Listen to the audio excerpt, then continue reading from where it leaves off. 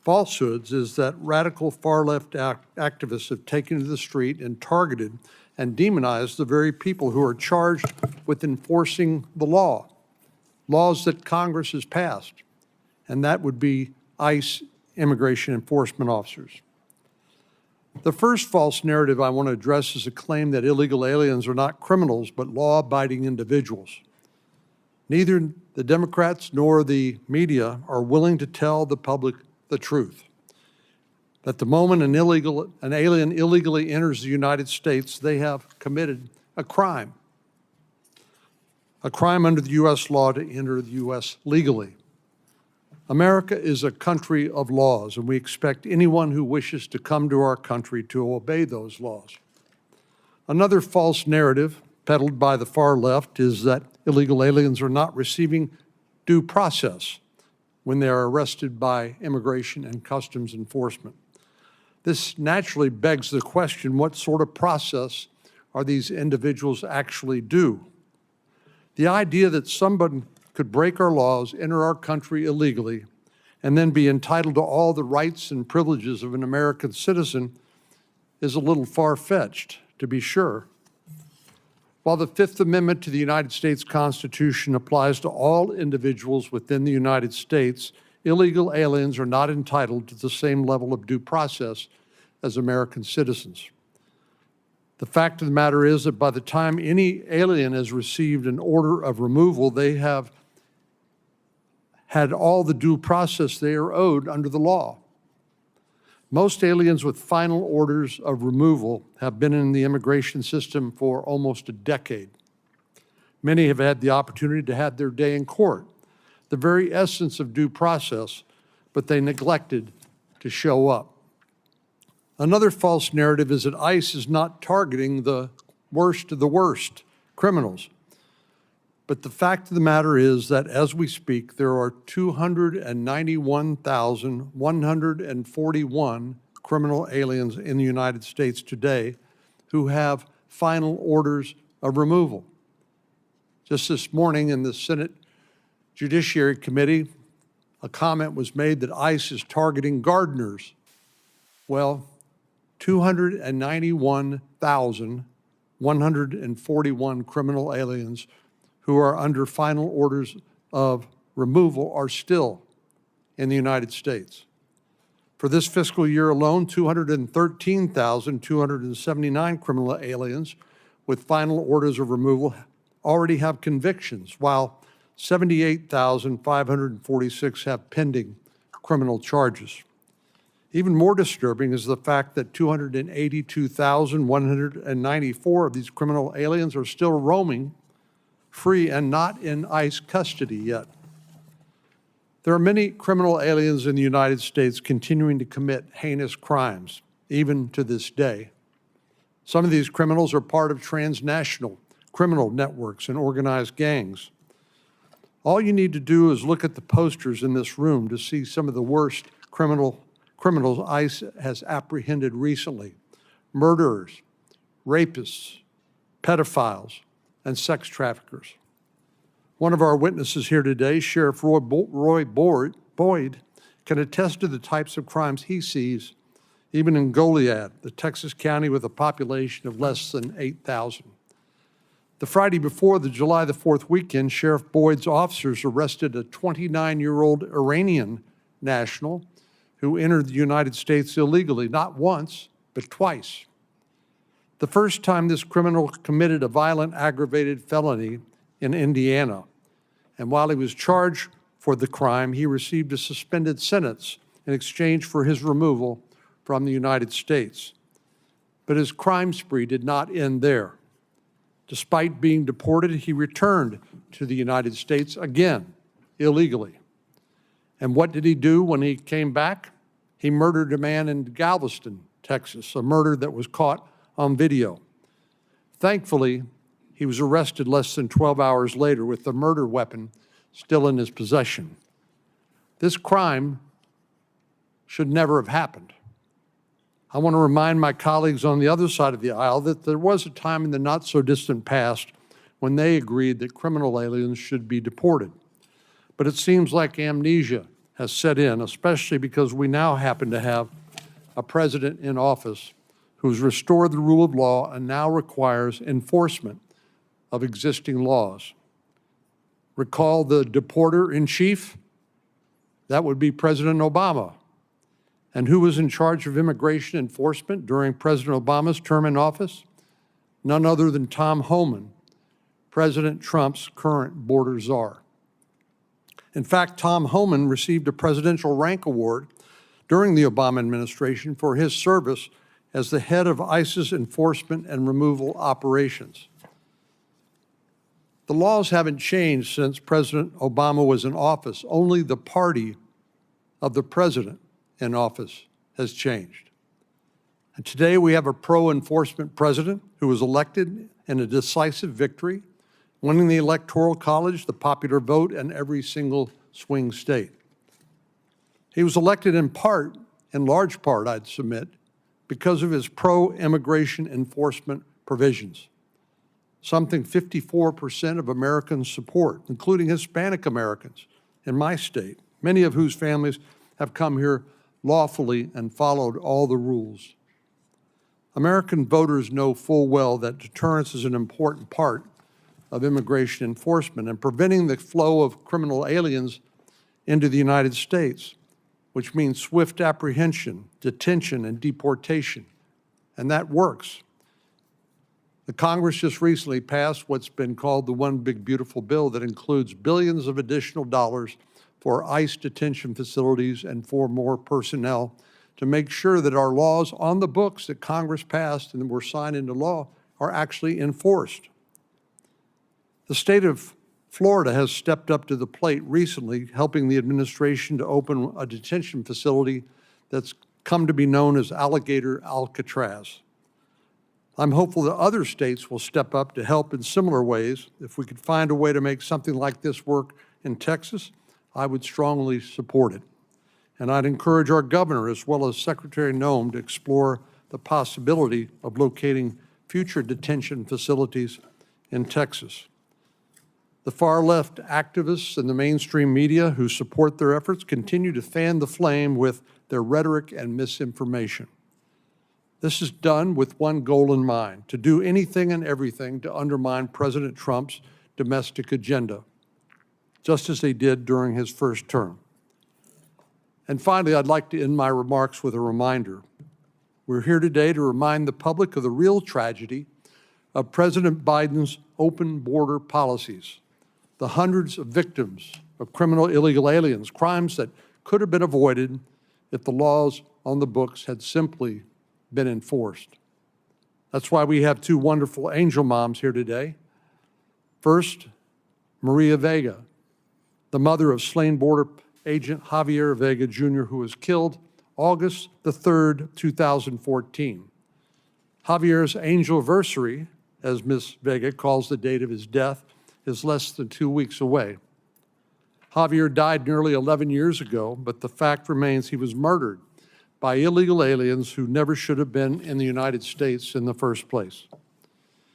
I was proud to honor Javier and work with the National Border Patrol Council in the Rio Grande Valley Border Patrol sector to have a Border Patrol checkpoint named in his honor. I also want to welcome Tammy Nobles, the mother of Kayla Hamilton. This is a particularly difficult week for her because Kayla's birthday is July the 24th, this Thursday, and the anniversary of her death is July 27th, this upcoming Sunday. And I'm grateful that she's willing to join us here today and tell her story. Ms. Nobles said the most joyful day for her was when her daughter was born, and the saddest day for her is her daughter's heaven date, July the 27th. Kayla was viciously murdered by an MS-13 gang member who originally entered the United States as an unaccompanied minor and was released into the custody of an unvetted sponsor. We're honored to have both Maria and Tammy with us today to share their stories and tell about the loss of their loved ones and how it continues to impact their lives today. I also want to welcome Victor Avila. Victor knows all too well the price that our law enforcement officers pay just to do their jobs. Victor and his partner were shot by gang members.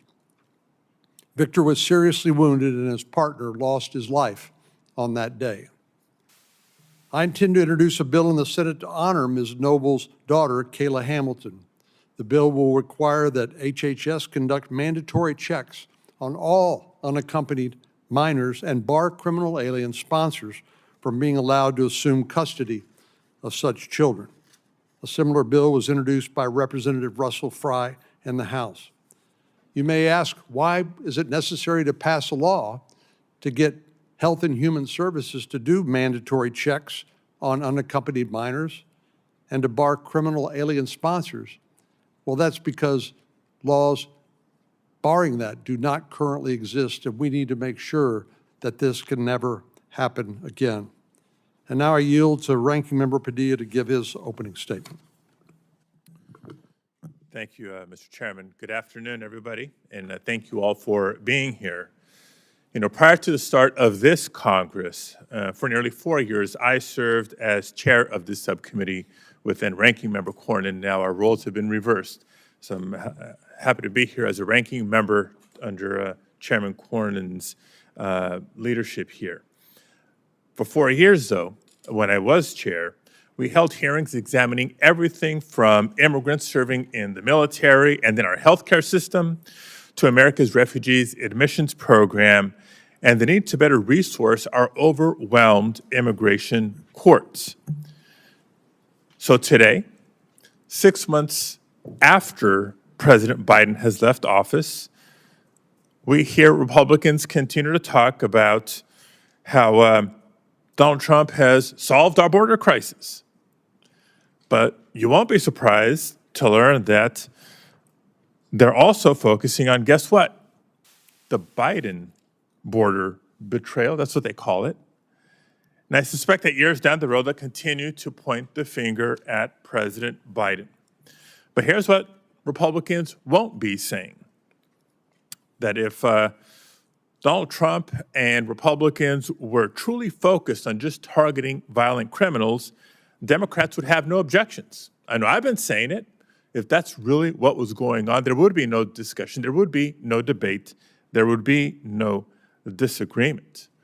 You also won't hear Republicans share the data, the fact that a large number of undocumented immigrants in the United States actually entered the United States lawfully and are only currently undocumented because they overstayed their visa, or maybe they entered the country following the rules of the temporary protected status programs outlined by prior administrations, but protections that have been removed, turning a legal immigrant into an undocumented immigrant. You won't hear them share those facts.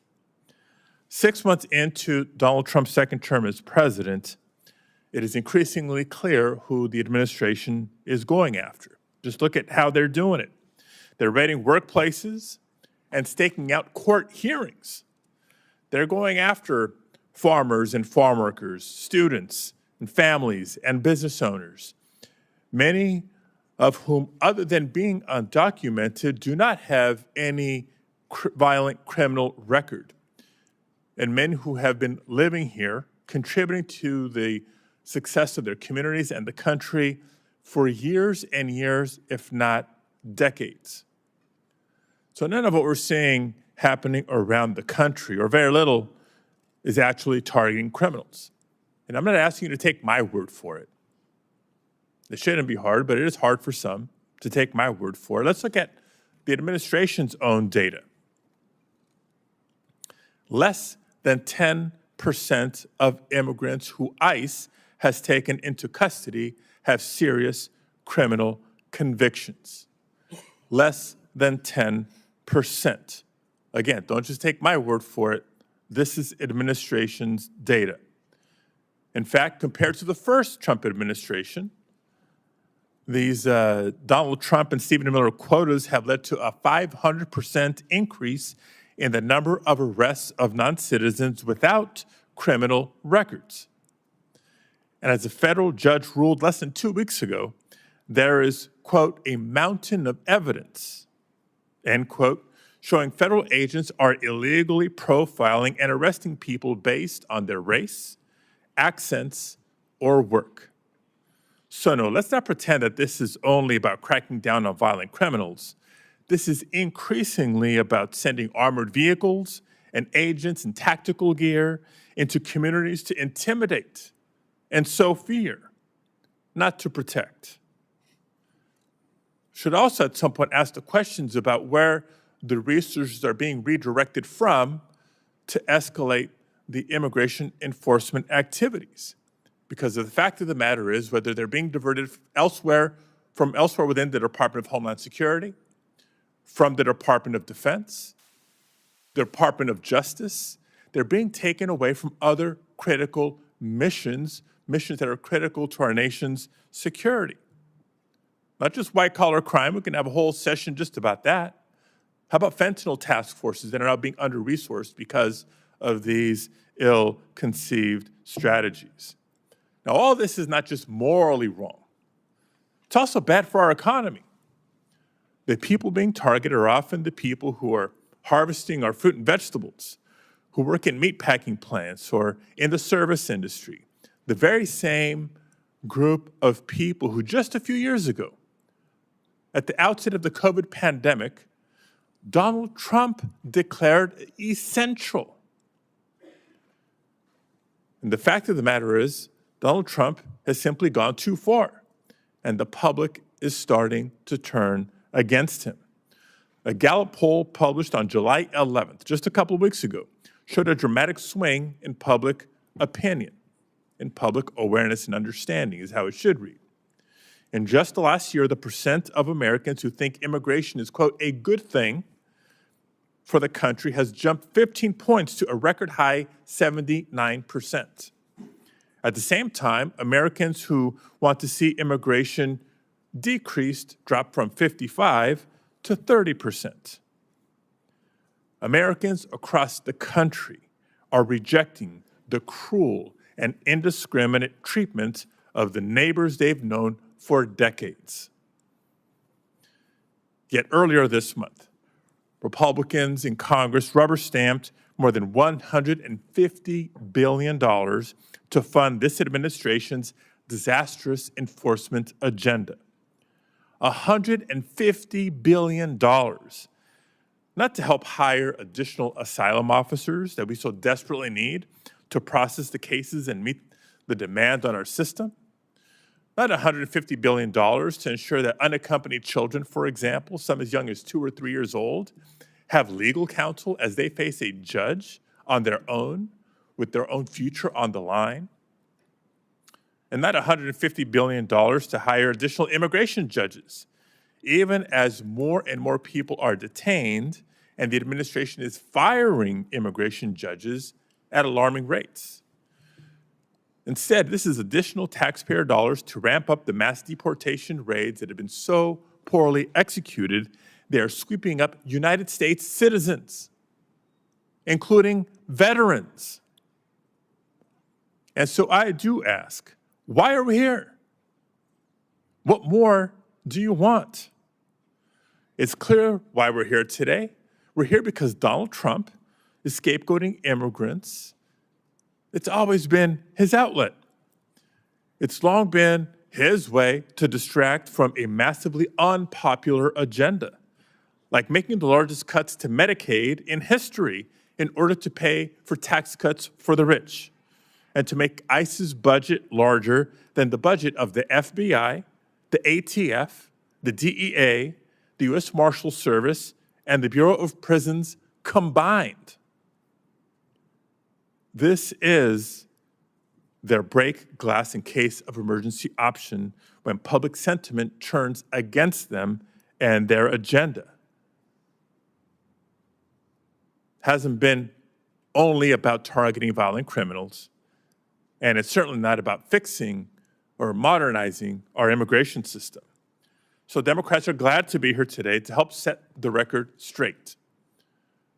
My message to the Trump administration is this: the numbers don't back you up. The heartbreaking stories we hear on a daily basis do not back you up, and the American public doesn't back you up. So I urge this subcommittee and the committee as a whole to please, let's get back to the real work of reforming our immigration system. And with that, Mr. Chair, if I can introduce the minority witnesses. Let me please ask all of the witnesses to stand, and I'll administer the oath. And we'll do the introductions. If you raise your right hand or repeat after me, do you swear to tell the truth, the whole truth, and nothing but the truth, so help you God? Let the record reflect the witnesses have all answered in the affirmative.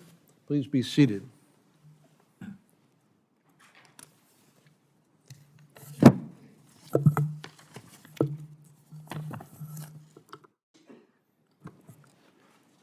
I'll introduce the majority witnesses, and then I'll turn it over to Senator Padilla. Tammy Nobles, as you've heard, is the mother of Kayla Hamilton, who was murdered by Walter Javier Martinez, an illegal alien gang member who entered the United States as an unaccompanied alien child from El Salvador. When Kayla was being murdered, she managed to call and left a voicemail on her boyfriend's phone. In the voicemail, you can hear the struggle going on in the background, and Kayla could be heard crying. Martinez can be heard in the voicemail hushing her and near the end telling her, "I'm sorry," in Spanish, while strangling her with a phone cord. After Kayla was dead, Martinez tied her up and sexually assaulted her. Kayla fought for her life that day. She had bruises up and down her arms, her fingers and left side of her face, her back, and down her leg, and deep wounds to her neck from the cord. Victor Avila is a retired ICE Homeland Security Investigation Supervisory Special Agent. As an HSI Special Agent, Victor served on the border and is an accredited diplomat to Mexico, Spain, and Portugal. He advised those governments on complex and wide-ranging criminal investigations, including narcotics trafficking, arms trafficking, human trafficking, financial violations, commercial fraud, and counterterrorism. While he was on official assignment to Mexico, Victor suffered multiple gunshot wounds and survived a violent ambush by the Mexican Los Zetas cartel, where Special Agent Jaime Zapata tragically lost his life in the line of duty. Maria Vega is the mother of former U.S. Marine and Border Patrol Agent Javier Vega, Jr. On Sunday, August the 3rd, 2014, Javier Vega was out with his family when two criminal illegal aliens ambushed him and tried to steal Javier's truck. The two aliens jumped out of the stolen vehicle they were driving and without hesitation or warning began shooting at Javier and his family. The illegal aliens shot Javier in the back and his father in the chest in front of his minor children.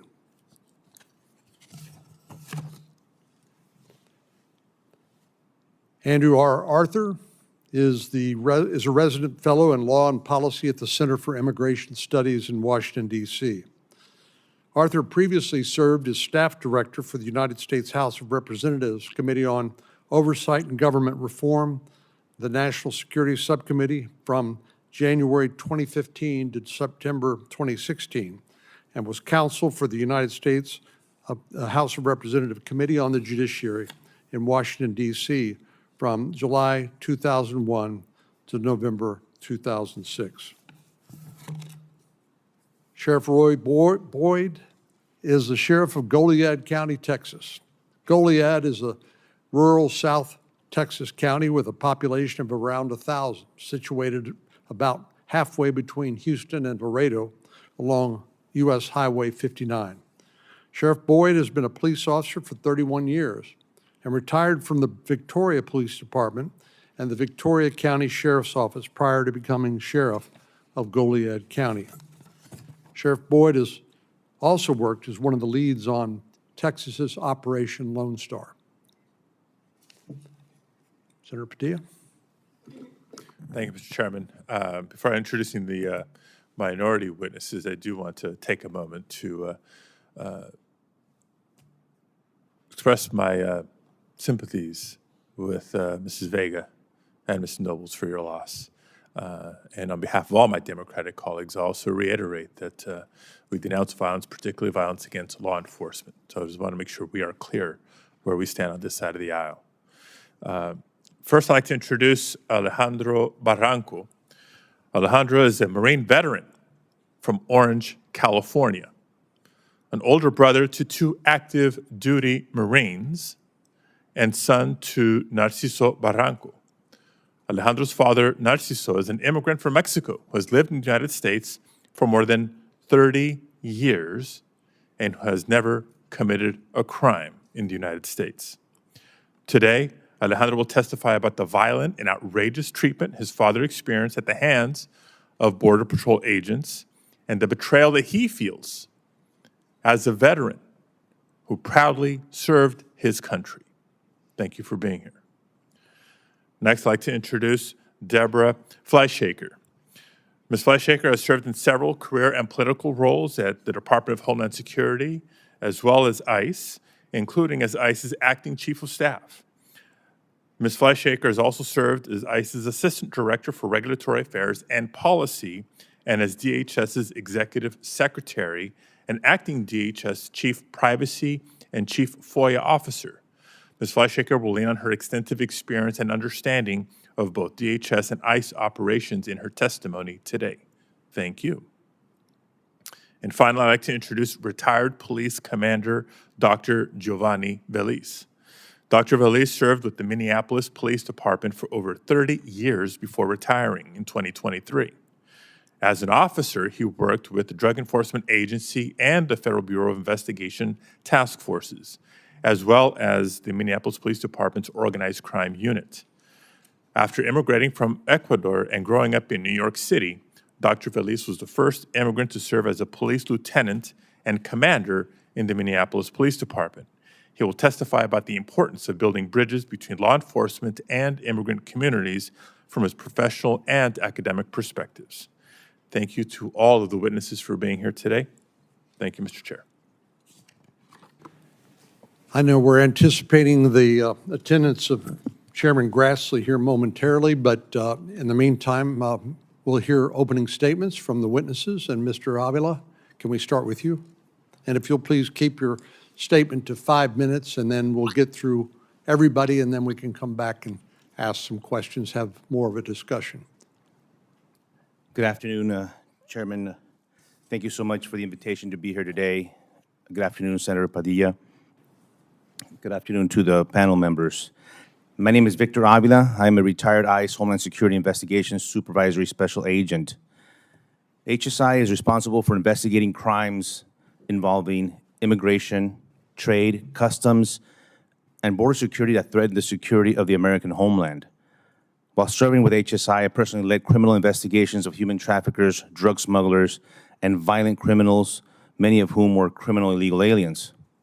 During my tenure as a federal officer, I served under 3 different administrations, and as an HSI special agent, I served on the border, born and raised in El Paso, Texas, and also, like you mentioned, as an accredited diplomat in Mexico, Spain, and Portugal.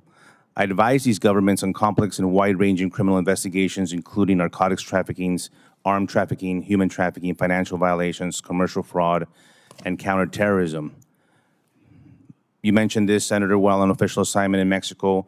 I suffered 3 gunshot wounds and survived by the grace of God after a violent ambush by Los Zetas cartel, where my partner, Special Agent Jaime Zapata, tragically lost his life in the line of duty. I have witnessed what a human being is capable to do to another, especially a child. As a subject matter expert in human trafficking investigations and victims identification, I tragically have seen things that I will not ever be able to take away from my head. I describe it as pure evil. Drug trafficking, human smuggling are just a few crimes that illegal aliens are involved with. I have experienced the violence and the imminent threat that we face from not just the illegal aliens, many of who are associated with Mexican cartels. What is happening today with our ICE officers and agents is unprecedented. The doxing of our men and women of ICE and accusing them of kidnapping when it's a lawful arrest or disappearing people simply must stop. They are upholding their oath and performing the scope of their duties. Vilifying officers because some people disagree with the enforcement of the law or because it contradicts their ideology is just not acceptable. Thousands of police officers arrest people every single day, and that officer is not singled out for doing their job. Why, then, are ICE officers being targeted? This, I believe, is a politically driven issue. How do we get here? The Biden administration opened the border utilizing illegal policy like the CBP One app and exploiting our asylum criteria and parole systems. The Biden administration was very successful in limiting the budget for ICE. They were successful at bringing the morale down in law enforcement, especially Border Patrol. They were successful in having them lose their identity, stripped of their authority, tie their hands behind their backs to not do their jobs. The interior enforcement that you're seeing right now was almost non-existent, especially worksite enforcement. They were silenced by the media. The priority of ICE is the removal of criminal illegal aliens, those with existing criminal histories in the U.S. or their home country. However, there are illegals in the U.S. that were not properly vetted by the Biden administration, and although no criminal history is registered in our databases, many are affiliated with a gang or cartel activity. Those caught as a collateral will also be processed for removal as well. Illegal aliens detected and arrested by ICE are receiving due process. It's important to note that not all illegal aliens face the same removal proceedings. It depends how the illegal entered the U.S., where they entered, the country of origin, many different factors. Some illegals are subject to mandatory detention, while others can be removed immediately, like visa overstays. The illegals with final removal orders and their due process through an immigration court subject them to arrest and removal immediately. And just to be clear, ICE officers and HSI special agents do not require a warrant to conduct an arrest. 90+% of the arrests that I conducted in my career were warrantless. It is important for Congress to engage with other countries for the removal process and establish memorandums of understandings, especially in Mexico and Central America. I think Congress has a vital role to better support the mission of U.S. Customs and Border Protection, CBP, ICE, and the roles that they play every single day safeguarding our border. We have many things to talk about that the big, beautiful bill you'll see a big difference coming very soon to augment their capacity. Thank you so much for your time. I look forward to your questions. Mr. Arthur? Thank you. Chairman Cornyn, Ranking Member Padilla, and members of the subcommittee, thank you for inviting me today to discuss this salient topic. There's been a great deal of contention of late over ICE arrests of aliens in the interior. With 33 years of immigration experience as a prosecutor, congressional staffer, and immigration judge, I hope to put those arrests into context.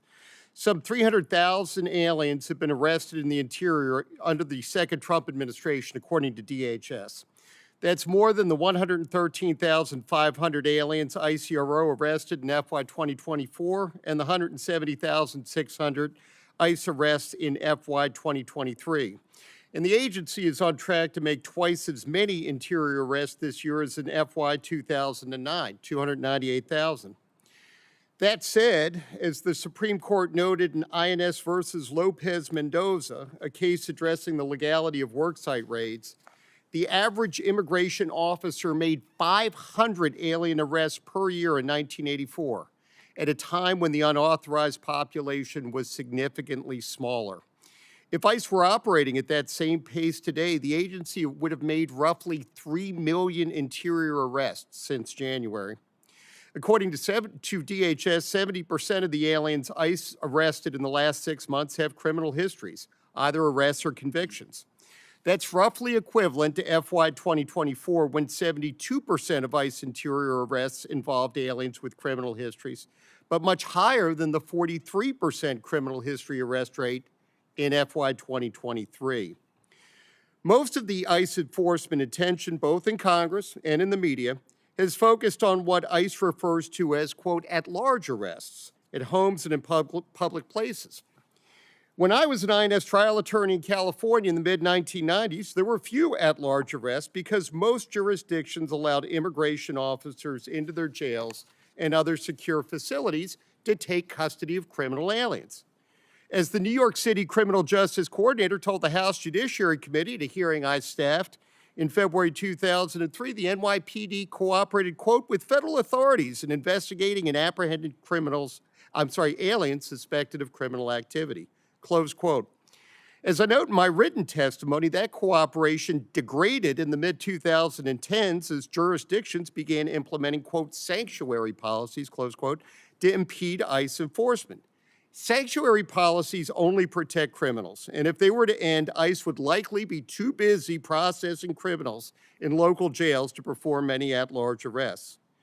Because alienage isn't a critical factor in most state and local arrests and prosecutions, there's no way to know what percentage of the undocumented have criminal records. But what is known is that 100% of criminal aliens do have criminal records, and the recidivism rate is high. A 2011 GAO study found that criminal aliens had, on average, 7 separate arrests apiece. As most of those criminal aliens live in and prey on immigrant communities, other immigrants are the ones harmed the most. Sanctuary policies also force ICE agents into the community to arrest criminal targets where the threat of violent resistance is higher and where they often encounter other aliens here unlawfully, likely the key reason why the percentage of ICE arrests involving aliens with criminal histories isn't higher. Note also that all aliens, including criminals, are entitled to constitutional protections throughout the removal process, including due process law. The process due those aliens, as Mr. Avila just noted, differs from what the Constitution accords to criminal defendants and is often less than that accorded to U.S. citizens.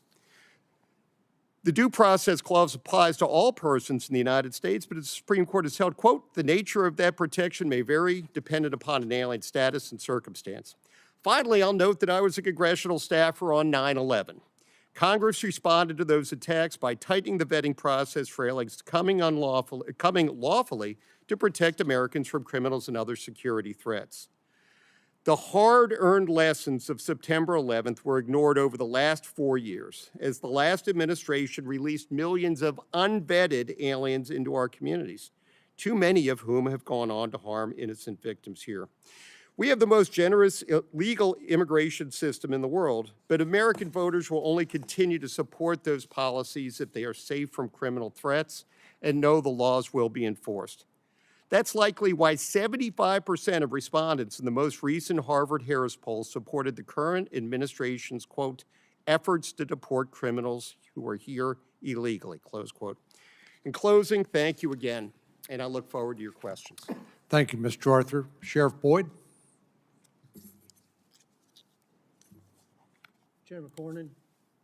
Chairman Cornyn and members of the Senate Committee, thank you for having me here today. As you've stated, I'm the sheriff of Goliad County, Texas.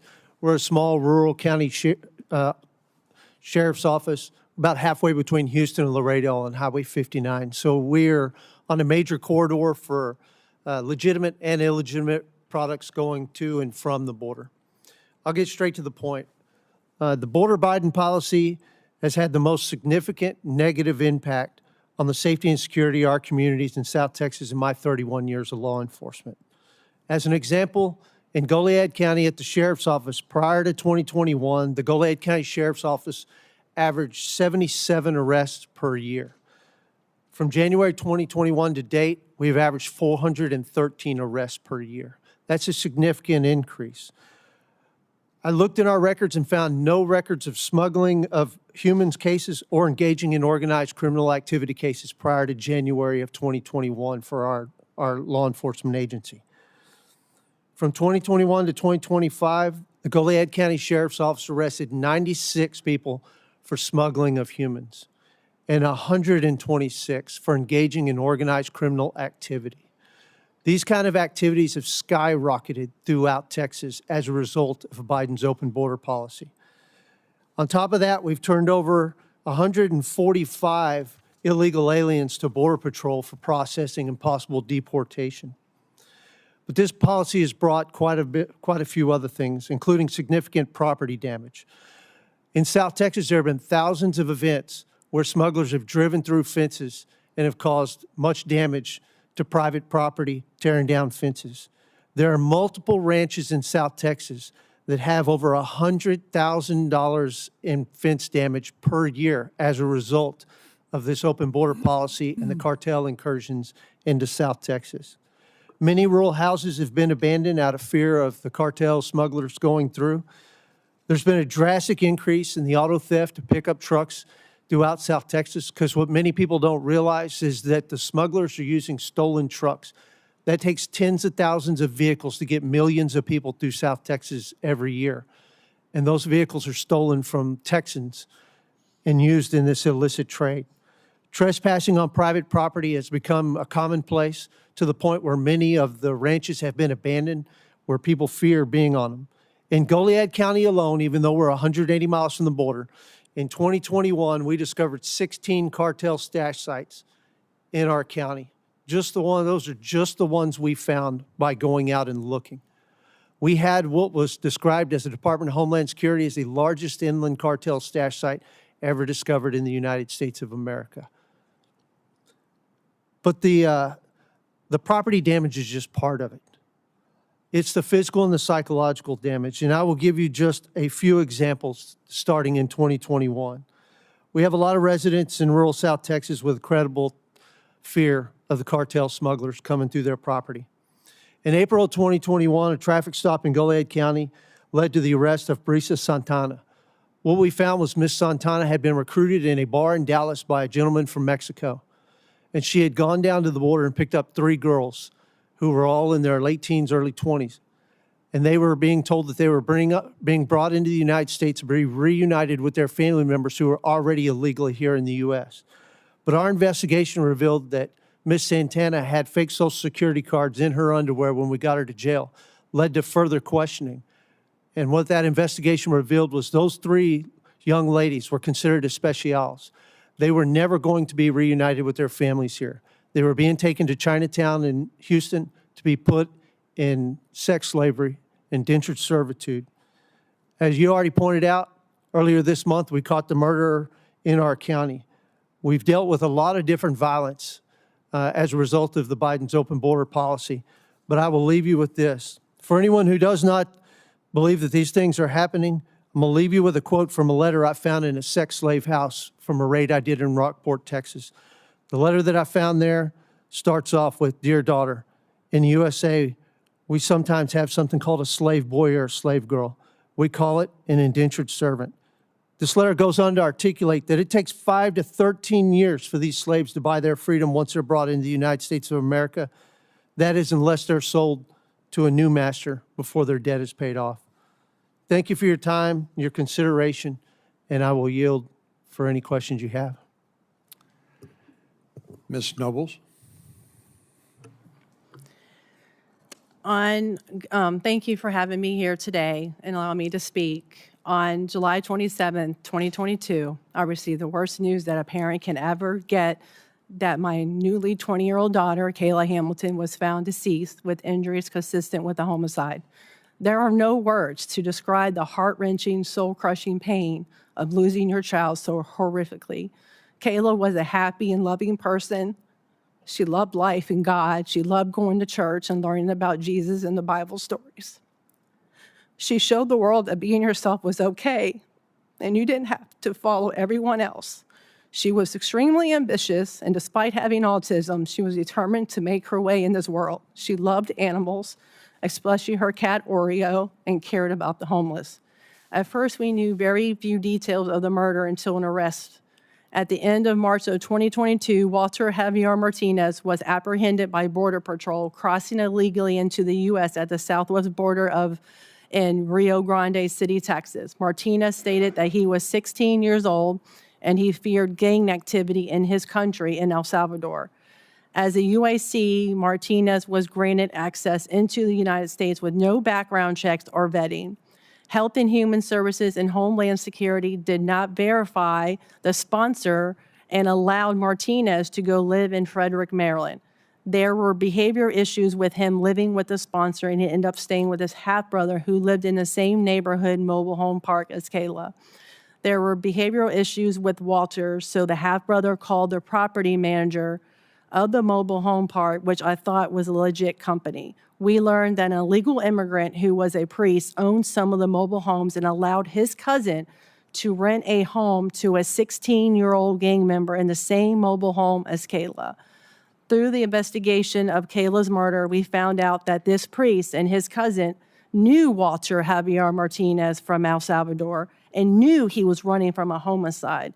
And they decided to put him in the same mobile home as Kayla. Kayla and her boyfriend and young family did not know Walter Javier Martinez, and they did not know their rental rights and didn't know they had a right to say no. They were all afraid to say no in fear of getting kicked out onto the streets, so they said nothing. Martinez was only living there for 5 days before he violently and brutally murdered my daughter.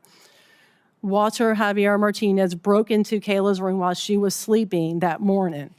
Kayla left a voicemail on her boyfriend's phone. According to the voicemail, a struggle was going on, and Kayla was heard crying, groaning, and struggling to breathe. Martinez was also heard on the voicemail, hushing her, and near the end telling her, "I'm sorry," in Spanish, while continuing strangling her with her phone cord. After she was deceased, Martinez tied her up and sexually assaulted her. This was confirmed by the annual swabs that matched Martinez's DNA. Kayla fought for her life that day. She had bruises up and down her arms, her fingers, the left side of her face, her back, and down her leg, and deep wounds to her neck from the cord. Local police knew right from the beginning that he was the main suspect just by their initial investigation. It took the Aberdeen Police Department to confirm that Martinez was a known MS-13 gang member and that he had a criminal record in El Salvador in 2020. If Health and Human Services or Homeland Security would have done a background check, then they would have known this, and Martinez would have not been able to be on U.S. soil. With Martinez being 16 years old, Maryland Child Protective Services took custody of Martinez until the DNA results came back. The Aberdeen Police Department was very transparent to CPS. They told they did tell Child Protective Services that he needed to be held in a secure location because he was a threat to society and based on the murder and injuries of Kayla Hamilton. It was later learned after Kayla's murder, Child Protective Services placed Martinez in a group home with other children where he was able to attend a public high school. And then when he had behavioral issues at the group home, they put him in a foster home, which allowed him to enroll into another Maryland high school. While in jail, a letter was intercepted that Martinez wrote confessing to 4 murders and 2 rapes and admitting he was an MS-13 gang member. Martinez ended up pleading guilty and taking the plea deal of 70 years. Since he was a juvenile at the time, even though he was tried as an adult, Martinez could not get life without the possibility of parole. Not only was Kayla's life put at risk and taken, so many other children and adults were at risk. The Biden-Harris administration did not put the American citizen safety first. We need to ensure the safety of our citizens and protect the children from being the wrong peers and placement in the wrong group homes with unsuspected gang members. Background checks and vetting should be required at the start so that agencies can check for criminal records and gang affiliation in their home country. Sponsors also need to be screened and verified. Under the Kayla Hamilton Act introduced last week by Representative Fry, Health and Human Services will be required to gather background information on all potential sponsors and every adult in their household.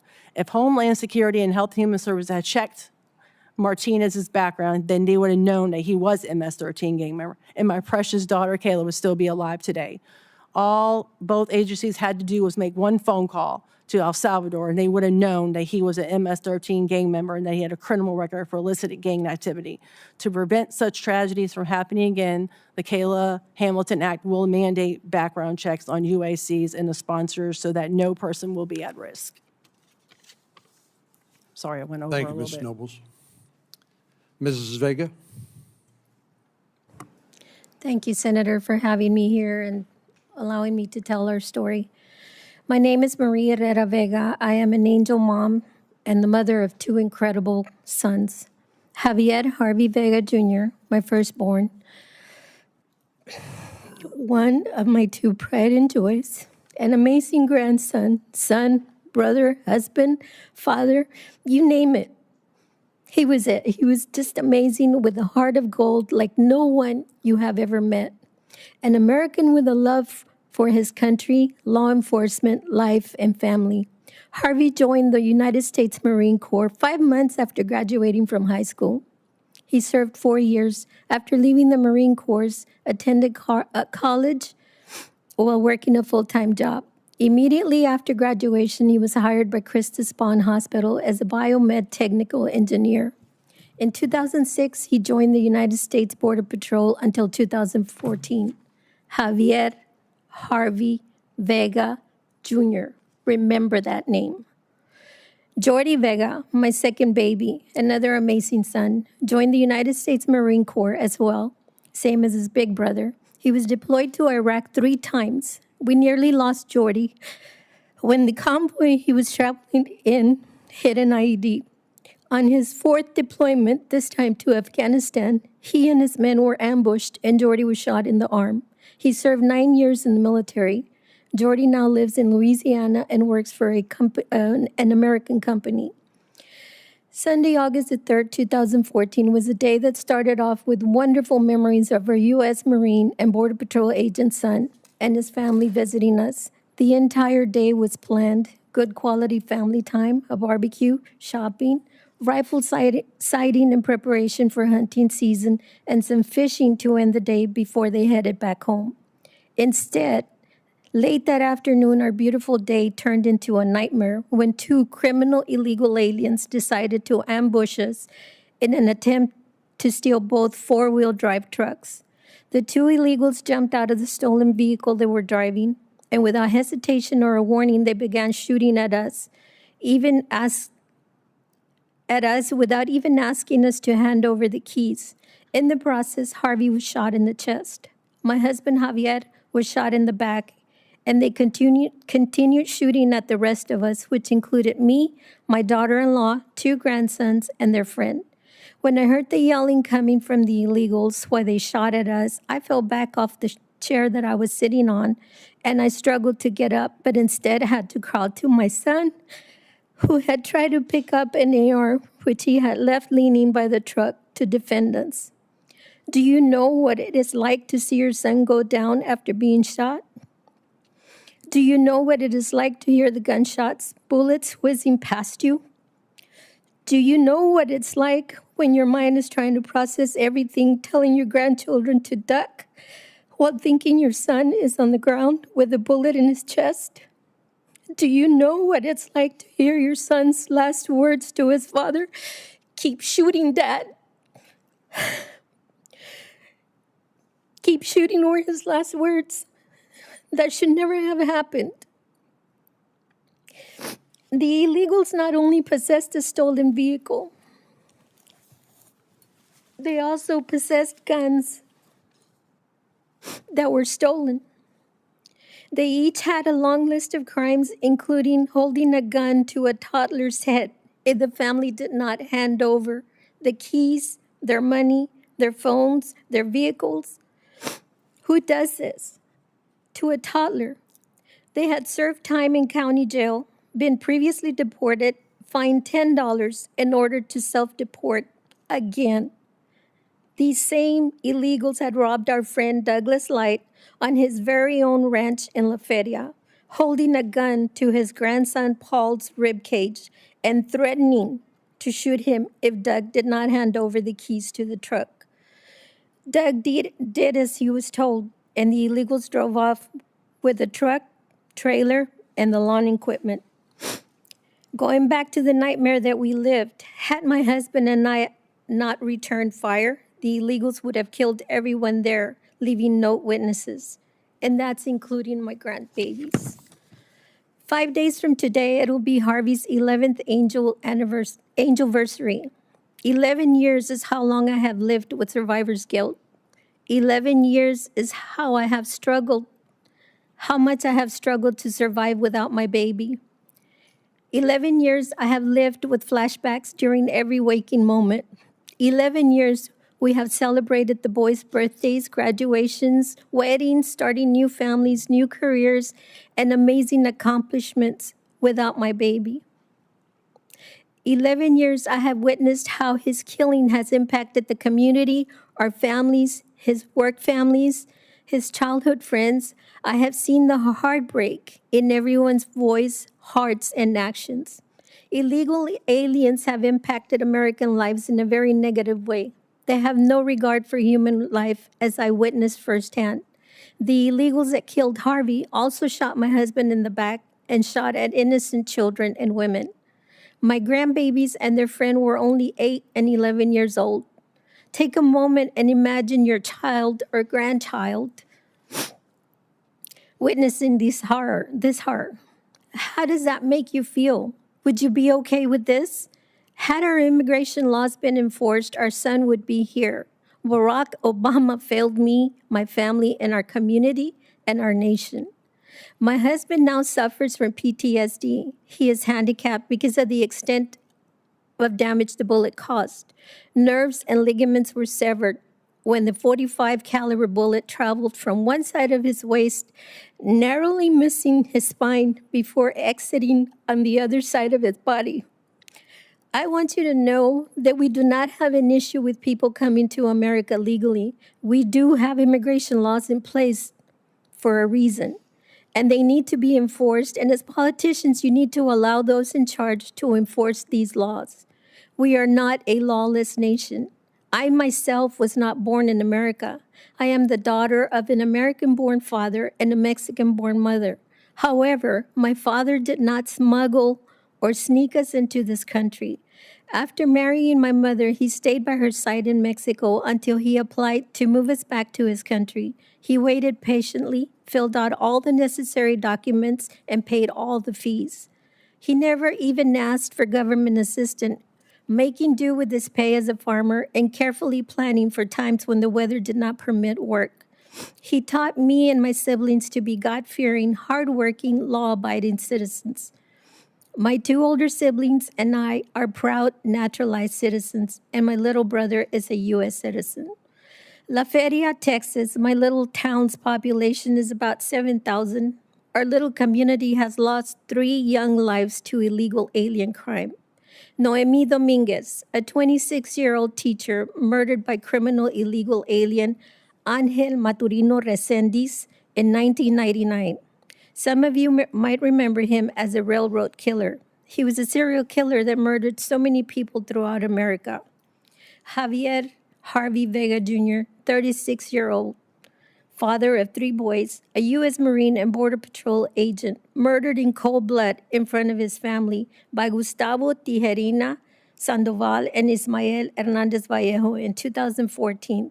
They both had a long list of crimes they committed throughout the Rio Grande Valley. If committing these crimes was their job, it doesn't seem to me like they were producing anything in the community. They were not contributing to the community. Maria Macias, a 37-year-old mother of 3 beautiful young daughters, killed in a car accident caused by illegal alien Bedelin Alegria in 2022, who instead of trying to render aid, fled from the scene of the accident. That's 3 young lives from my town. This is what family separation really looks like. Not one angel family will ever see our loved ones again. Their lives were taken by illegal aliens. Now that you know a mother that had to shoot back to defend and protect her family, do you still believe we should have open borders? Open borders have consequences, and you can see from what I have experienced, because of the crimes committed by illegals, the pain lives with us for the rest of our lives. You took an oath to uphold the Constitution and work for we the people. That means working with your fellow politicians, regardless of which side of the aisle you are on. You are supposed to work together representing us, ensuring that those coming in are obeying our immigration laws. They need to be properly vetted for not only for their safety, but yours and ours. Thank you, Senator. Thank you, Ms. Vega. Ms. Fleshaker? Chairman Cornyn, Ranking Member Padilla, thank you for the opportunity to Please punch the, It's on. Can you hear me? Okay. Thank you for the opportunity to testify today. I currently serve as the principal consultant at Blackbird Ventures, and prior to that, I spent nearly 14 years at the Department of Homeland Security as both a career public servant and a political appointee, including as the acting ICE Chief of Staff and the ICE Assistant Director for Regulatory Affairs and Policy. The views I'm sharing today are my own and don't reflect the official positions of DHS or ICE. At the core of today's hearing is a critical question. How can we enforce immigration laws in a way that protects national security, ensures public safety, and respects legal rights? The answer must be grounded in facts, professional judgment, and strategic use of limited resources, not fear, spectacle, or indiscriminate enforcement. Unfortunately, the Trump administration's approach has strayed from these principles. Rather than focus on individuals who pose a real risk, like those with serious criminal convictions or recent unlawful entries, the administration has embraced a quota-driven model that prioritizes volume over safety. Officers have reportedly been pressured to meet 3,000 arrests per day, regardless of risk level. And as of June 2025, nearly half of all ICE arrests involved people with no criminal history at all. This isn't just unjust, it's ineffective. It diverts resources from genuine threats, floods the immigration courts and detention system, and lowers morale among career officers. It also erodes public safety. When we target low-risk individuals simply to boost numbers, we lose focus on serious threats like organized crime, child exploitation, and human trafficking. We've also seen a rollback of critical safeguards. ICE arrests at sensitive locations like schools, hospitals, and courthouses have surged. This deters crime victims from seeking help and punishes people for following the law and appearing in court. That makes everyone less safe. Enforcement tactics have become more aggressive and less accountable. Officers increasingly conduct operations wearing masks and without clearly identifying themselves. And the Trump administration has eliminated the ICE body-worn camera program and weakened key oversight offices. In a democracy, the public has a right to know who's exercising government power and under what authority. In short, what we need is not broader enforcement, we need smarter enforcement. Enforcement that is targeted, lawful, transparent, and focused on protecting communities, not padding arrest statistics. And we can't ignore the toll this approach takes on law enforcement officers themselves. When professionals are asked to meet daily quotas, arrest quotas, it undermines their sense of mission and integrity. Being told to prioritize administrative arrests of low-risk individuals over pursuing serious threats corrodes morale and creates a culture of frustration and burnout. This isn't sustainable, and it's not what public safety demands. We also must remember that how we enforce our immigration laws sends a powerful message. Are we using our laws to instill fear and divide? Or are we using them to reflect our values of safety, fairness, and accountability? Policies driven by quotas instead of evidence and expertise ultimately compromises our national security and public safety. Thank you. I look forward to your questions. Thank you very much. Mr. Baranco?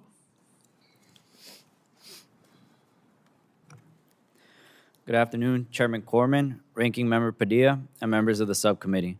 My name is Alejandro Barranco. I am a proud Marine and the son of Narciso Barranco. My father was violently attacked and detained on Saturday, June 21st, 2025, in Santa Ana, California, while working a job he has held since the 1990s. He was surrounded by masked men who did not identify themselves, never presented any type of warrant. Terrified, he ran. They chased him, pointing a gun at him, pepper sprayed him, and eventually tackled him to the ground and kicked him. After he was handcuffed, these men held him down while another beat him repeatedly in the neck and head area. After all of this, they then threw him in the back seat of an unmarked vehicle. Growing up, my father was always working from sunup to sundown. He always did his best to provide for our family, even if it meant working 7 days a week and extremely long hours. We always had food on the table, a roof over our heads, and clothes to wear to school. He always taught us to be good people and try our best to give back, respect this great country, and be thankful for all the opportunities we would have growing up in America. Before I continue, I want to make clear my views and opinions do not reflect those of the Marine Corps. I was the first in my family to graduate high school and eventually go to college, a dream come true for my parents. While in college, I would keep asking myself if I was doing the best I could or if I could maybe do more for myself and my family. That's when I looked into joining the military. I joined the Marine Corps out of the love I have for this country and continue to bring honor to my family name. When I told my dad I was going to enlist, he cried with pride. He told me to give it everything I had because we do anything and everything to give back to our country. I deployed to Kabul in 2021 to support the evacuation, standing with Marines who made the ultimate sacrifice. I helped carry their caskets home. Today, both of my brothers are also serving on active duty. My father tells everyone, all 3 of my sons are Marines. He is so proud that he raised sons who wanted to serve. My brothers and I are a reflection of who my father really is, a law-abiding, proud, and patriotic man. My father has no criminal record and should have never been treated with the dignity. My father has no criminal record and should have never been attacked by these people. My dad is a human being, but he was not treated with the dignity he deserved. He has always made sure to do his best in giving back and supporting this country just like we all do. That is who he is. That is who our country punched, threw in detention, and is trying to deport. What I saw in the video of that day broke my heart. Since my father was detained, it has been a nightmare for my family. He was held in a cage with 70 to 100 other people, 1 toilet, no shower, no change of clothes. People were in work uniforms because they were literally taken while trying to do their jobs, supporting their families and community. When he went to another facility, Adelanto, conditions were still grim. He went 14 hours without water. The plumbing failed. Dirty blankets made people sick. When he finally got a hearing, the government attorney arrived unprepared. If we didn't have a lawyer, we wouldn't have even known he had a court date. My father was eventually granted bond and came home, but the trauma of that day and the brokenness of this system remains in our hearts. My father is an outstanding member of the community and should have never been attacked the way he was. These people had no warrant for him and had no reason to chase and beat him. He was working his job, which he has had over 30 years. I believe my father was racially profiled, which led to a lot of stress and mental trauma for everyone in my family. We have received an overwhelming amount of support from everyone in the community, from our neighbors to councilwomen and members of Congress. This kindness is the country I know and love. But I also know this is not the only case in which officers have crossed the line and ignored all types of training in how to detain someone. I do believe that the vast majority of the undocumented people in this country are here to work and support the country as well as raising children like my brothers and me. In fact, an estimated 1 in 12 U.S. residents are either undocumented or live with an undocumented individual. Among Latinos, it's 1 in 3.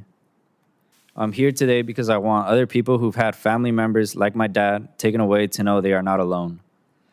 Thousands of families like ours are being ripped apart and their stories matter. I want this committee to understand the human impact of immigration policies on this administration. I want them to know that the people being ripped from our communities are hardworking, honest, patriotic people who are raising America's teachers, nurses, and Marines. Deporting them doesn't just hurt my family, it hurts all of us. It makes our communities less safe, less prosperous, and less resilient. The current system is broken. Cruel and indiscriminate raids are tearing families apart and punishing hardworking people who contribute to our communities every day. My father, like so many others, deserves a fair chance to stay in the country he calls home. This country is better because of people like my dad. It is time our policies reflected that. Thank you. Dr. Veliz? Chairman Corlin, Ranking Member Padilla, and members of the subcommittee, good afternoon. My name is Giovanni Velez, and it is my honor and duty to be before this committee to provide testimony on community policing and safer communities for all. I'm a retired police commander with over 30 years of law enforcement. I have served in various critical roles in task forces in the United States Drug Enforcement Task Force, the Federal Bureau of Investigations, and police commander of the Special Crimes Investigations Division, and more. My years of experience have shown me time and time again that reducing crime in partnership with communities reflects years of sustained engagement, trust building, and open communications. This supports both effective public safety and the safety of honorable sworn police officers who have taken the oath to protect communities with due process and dignity. My testimony today reflects my personal views and experience and does not reflect the official positions of the Minneapolis Police Department. As a patrol officer, I recognize the profound value of community relationships. By actively engaging community members and local business owners and attending countless meetings, I gain insight into the community's needs and concerns. I was privileged to be welcomed by immigrant families and community leaders into their spaces, where I listened to the stories of dangerous journey into the United States, stories of hardship, resilience, and a yearning for safety and opportunity. This family often expressed fear of crime and reluctance to contact law enforcement. These fears have been shaped by past experiences with abuse or unjust justice systems. I learned much from these encounters, and they compel me to reflect on the value of providing voice to the voiceless and treating every individual with dignity and respect.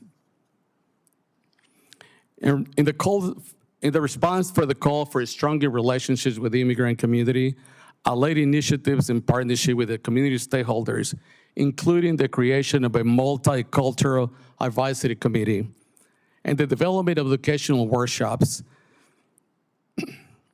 These workshops reach thousands of families, teaching them about police services and engaging them to build trust with police officers and help reduce crime in their neighborhoods.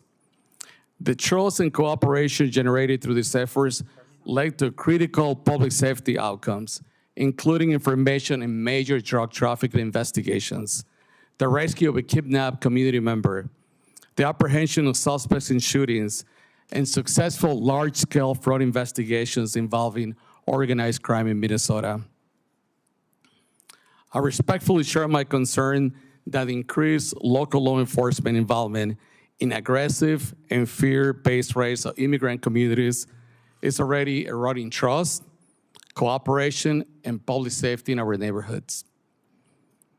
When residents fear law enforcement, their willingness to report crime, cooperate with investigations, or assist and identify violent offenders is diminished. The erosion of trust not only undermines crime prevention, but also place both officers and community members at a greater risk.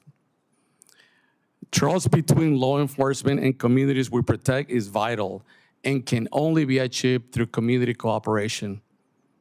Without community cooperation, police agencies across the country will have a difficult time identifying and apprehending violent offenders.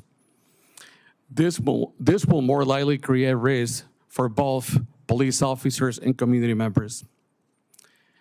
Today, I offer this testimony grounded in my experience as a law enforcement leader, a scholar, and lifelong advocate for justice and community partnership. I urge this committee to fully recognize the dangerous consequences to public safety these aggressive tactics present. I also urge you to work together with community leaders and public safety experts to rebuild trust and to continue to keep our community safe. Thank you for your service and leadership. Thank you, Dr. Velez. We'll start with a round of questions, 5-minute rounds, and as you can see, due to conflicts, a number of our members have other commitments and aren't able to be here in person, but I know Senator Padilla and I will have some questions, and perhaps others will join us along the way. Ms. Vega, like Ms. Nobles, you've shared with us a painful experience in your life. Most people don't know exactly what you had to do during the incident that resulted in your son's death and the wounding of your husband, that is holding a gun against the perpetrators to defend your family. Nor do many people understand the lasting impact on your children as they witness the death of their father or grandchildren, their father before their very eyes. You mentioned flashbacks. Are you still dealing with the effects of that incident today? Yes, sir, I am. How so? It's horrible. I need to stay busy around the clock because the minute your head hits that pillow, everything plays out over and over, and you can't stop it. Now, Ms. Vega, I think some people wrongly suggest that the Hispanic community in this country are somehow opposed to enforcement of our immigration laws. And I think it was Sheriff Boyd made the important distinction between legal immigration and illegal immigration. To be sure, legal immigration has been one of the secrets to our success as a nation of laws. But illegal immigration has been an unmitigated disaster for so many families, including the Hispanic community in Texas and elsewhere. So your family came to the United States legally. Some of our colleagues here and others you heard in the news say that, well, people can break the law and come to the United States illegally, but because they've been here a while, they ought to be able to stay and should not be forced to return home to get legal status. Do you agree with that? No, sir. They've had ample time to rectify their citizenship status. It's an honor being in this country. When you're from another country and you come here, it's an honor.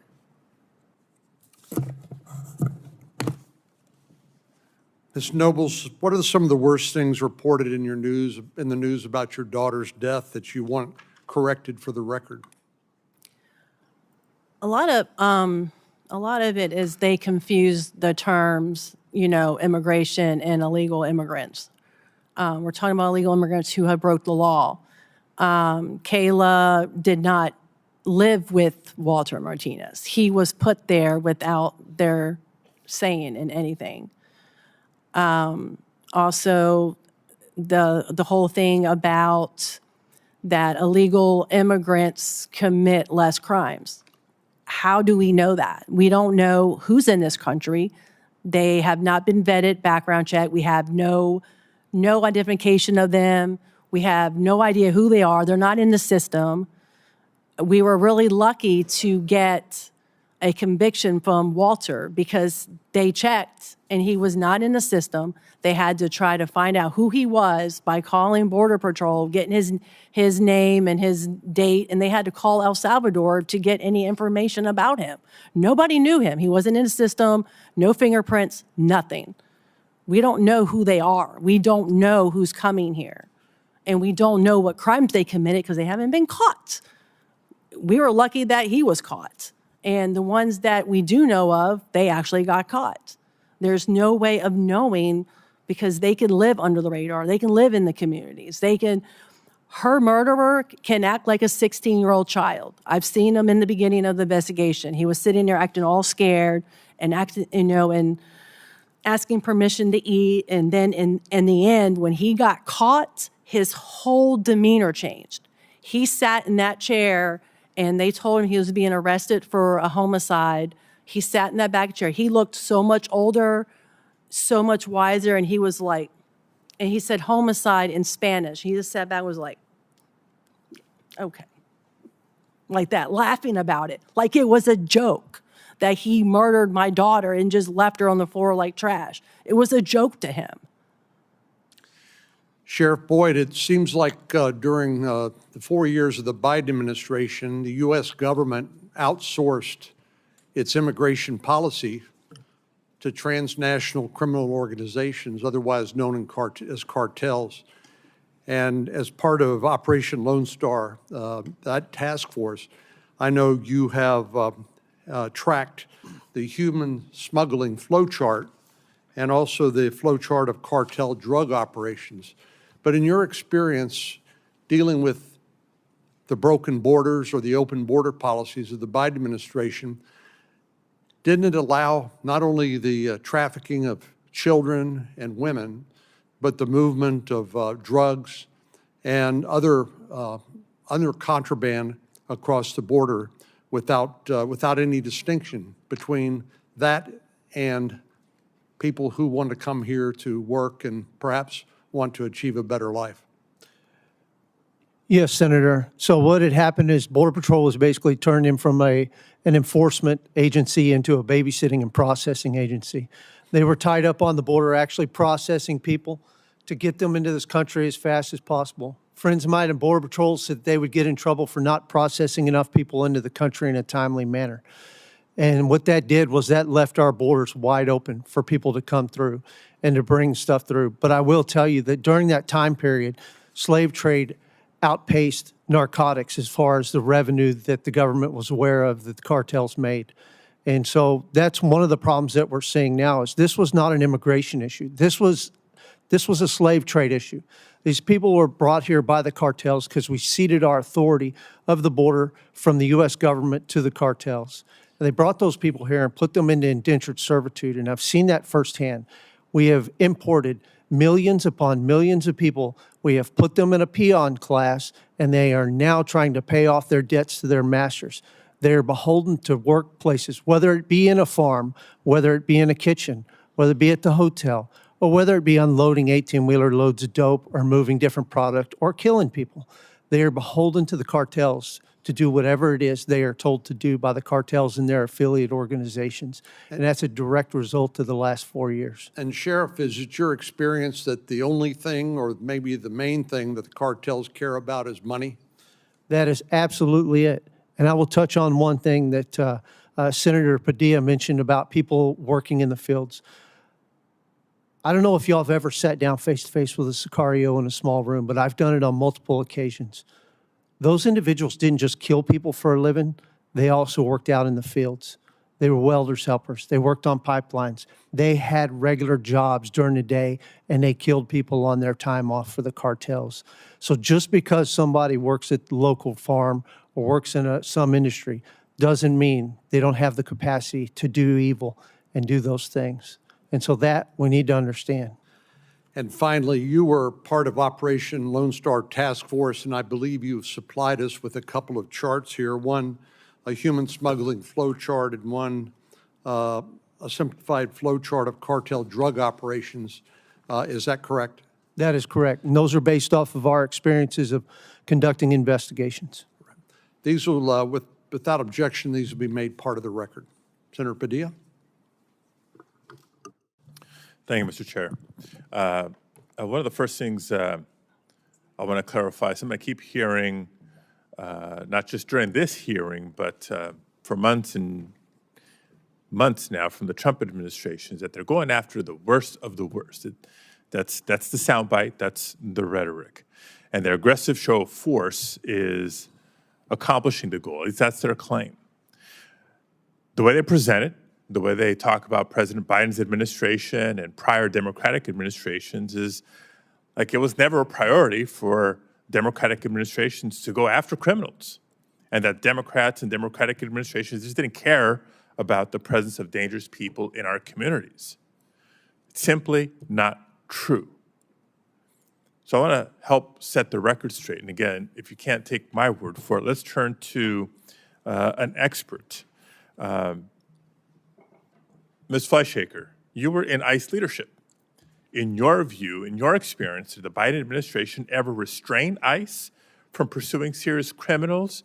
Part B to that question, only because one of the other witnesses implied that the Biden administration was restraining ICE either by policy or by resources from doing its job. True or false? Can you expand on both of those, please? We absolutely did not stop ICE agents from enforcing the law and going after public safety threats. In fact, we encourage them to do so. We very much want to find and arrest public safety threats in the community. Well, thank you for that. And anybody on this side of the dais who's familiar with the appropriations process in Congress, particularly in the Senate, given the filibuster rules, knows that spending plans are adopted on a bipartisan basis.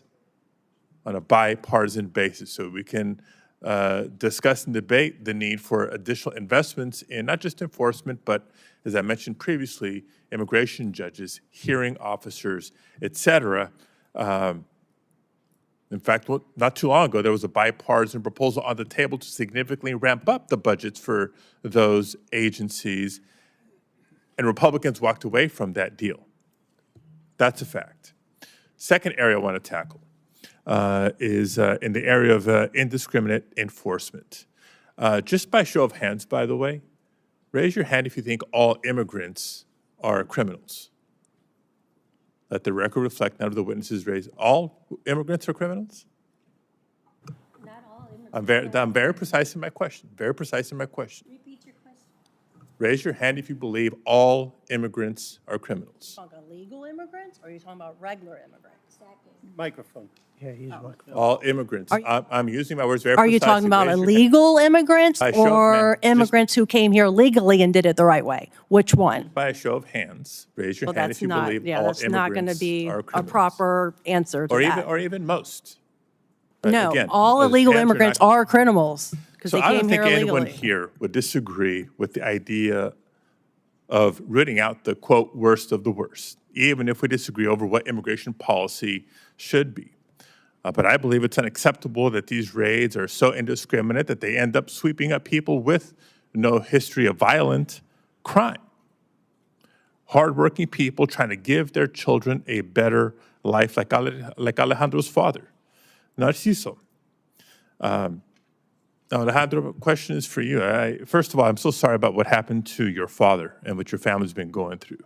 Targeting somebody like him does not seem to make the community, the state of California, or the country any safer. And it's an insult to our history of welcoming people who want a better life. Now, I agree, we need to modernize our immigration system to make it more strategic, more effective. Is there anything else that you would like to share about the cruelty with which your father was treated or which your family's gone through? I think that the way they treated him and the way they handled that situation was very unprofessional. It showed men who were not trained. It doesn't seem like it. They were running with fingers. They were running with guns in their hand, with fingers on the trigger, pointing it at civilian vehicles. And honestly, I don't think that's for the best of public safety.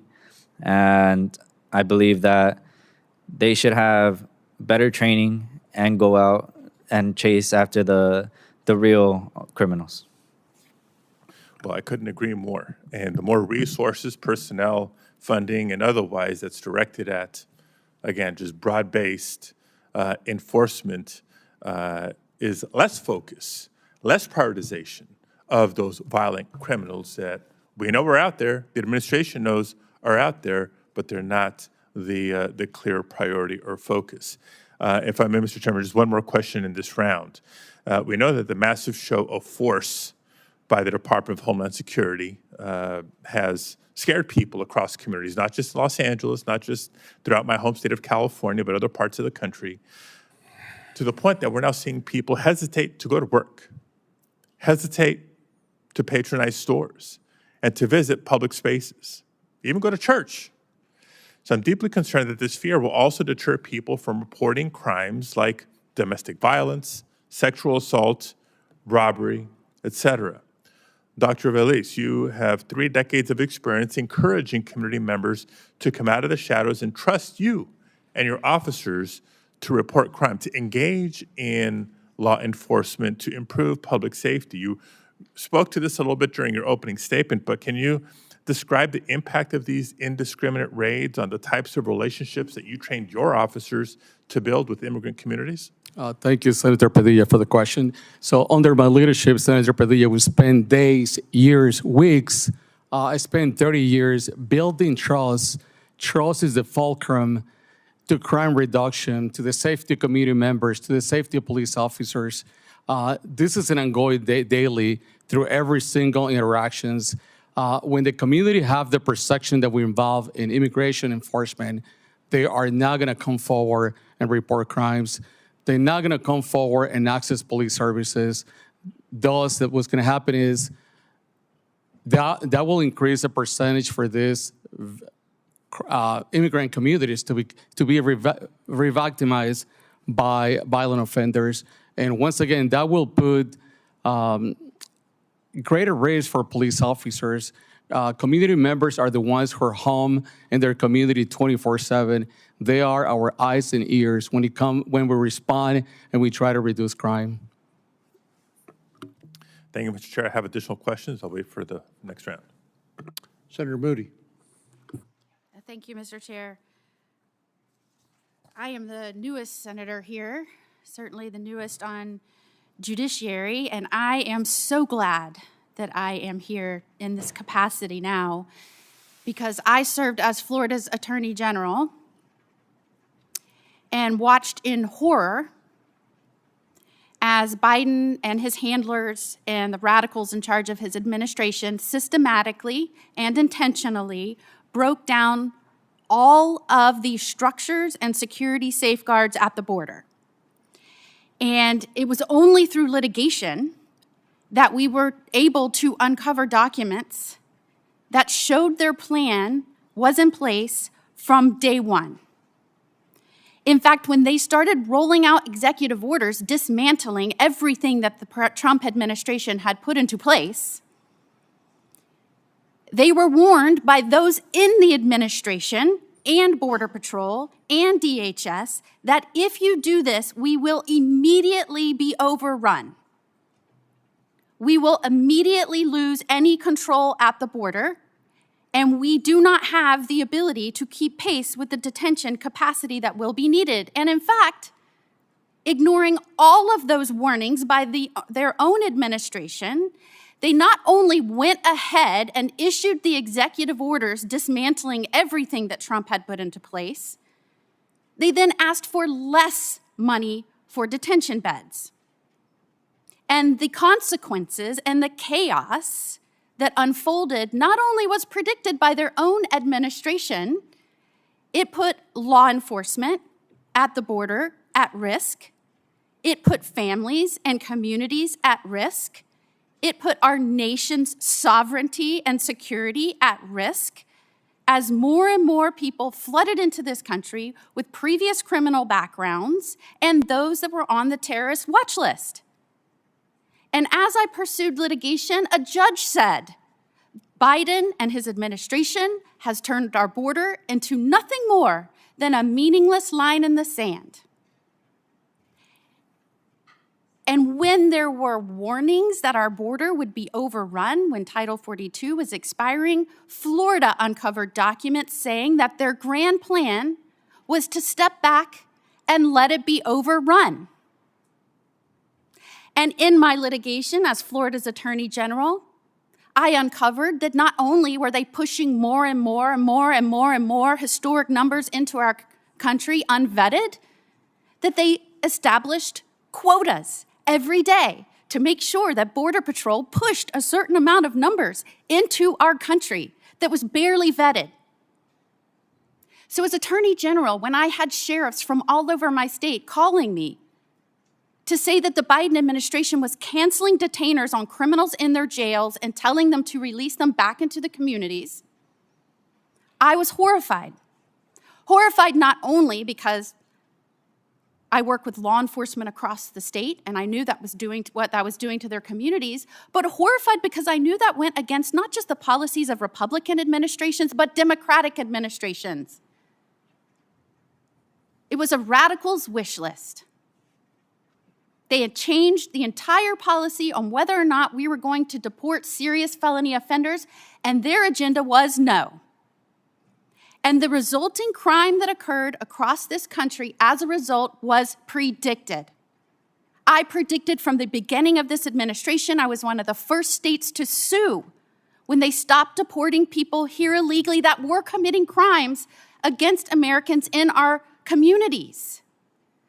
So the gaslighting that started under the last administration when Mayorkas showed up and said the border is secure, and I guess he thought the American people would believe that, it's still going on. There are so many felony offenders that are here illegally in our country that because Biden released them, this administration has to do the hard work of tracking people down and deporting anywhere from 11 million to 20 million people because we don't know who's in this country. On a conservative estimate, 11 million people is more than the population of 42 of our states, and most of those people were unvetted. So you're going to hear a lot about people here that just want a better life. But make no mistake, Biden and his administration purposefully unleashed those here illegally committing crimes on you and on your families, and it was intentional. And when I brought it to their attention that they were no longer even deporting those in federal prisons that were completing sentences that were here illegally, that they were taking them back to where they were prosecuted and pushing them into those districts, like no other presidential administration had done, they fought me on giving me the information, and I had to sue them for that too. So we can have hearings all day long, and I can hear about these stories, but make no mistake, and the American public should not fall for this dim deception. This was intentional, it was purposeful, and they're gonna roll out everything that they can think of to stop any sort of progress to shoring up and making this country safe again, until they get somebody back in office that will do the same thing. So I appreciate you, Chairman, for standing strong, and I would like to ask Sheriff, I know we have a sheriff with us from the Lone Star State, from your state, and I want to just know if you heard the same thing from people, from sheriffs that were forced because detainers were canceled to release people back into the communities. Yes, you're absolutely correct, Senator. They were forcing them to release people back into the community. And we have had a long-standing partnership with Border Patrol, Department of Homeland Security, and our federal partners. And regardless of what is said, they were not issuing any orders to Border Patrol or to ICE telling them, don't enforce this, don't do that. But what the administration was doing was sending people to those stations and then giving them verbal orders. You're no longer allowed to help law enforcement do this. And much to Border Patrol's credit, they would sit down and figure out, okay, how do we circumvent this order and help them in another way? They would figure out how to help us in a way that they hadn't been strictly forbidden from doing until the Biden administration would realize that they had figured a way around that order. And then the Biden administration would issue a new verbal order to them, tell them they couldn't do that. And they would sit down and figure out another way. So the administration wasn't dumb enough to send out a paper trail. What they were smart enough to do is they were smart enough to send people to those stations and go, you quit helping local law enforcement. You quit taking these actions. Well, indeed, they held back as much paper as they could until attorneys general like me and others pushed in court and got it and found the documents that showed they knew this was happening their first month in office. They knew we would be overwhelmed, and they did it anyway. And if I just might, Chairman, I am a mother as well, and I just want to say thank you. I can't imagine the loss of a child, but sharing those stories and making sure this never happens again in our country because we can follow the law, we can do what's right. I want to thank the parents that share their stories, and I want to thank every law enforcement man and woman who signed up to wear the badge and stand between chaos and order and good and evil and made sure that this country stands for what we were founded on. And that is the people governing ourselves under a rule of law. And that was so important, and I'm so grateful to them every day. Thank you, Mr. Chairman.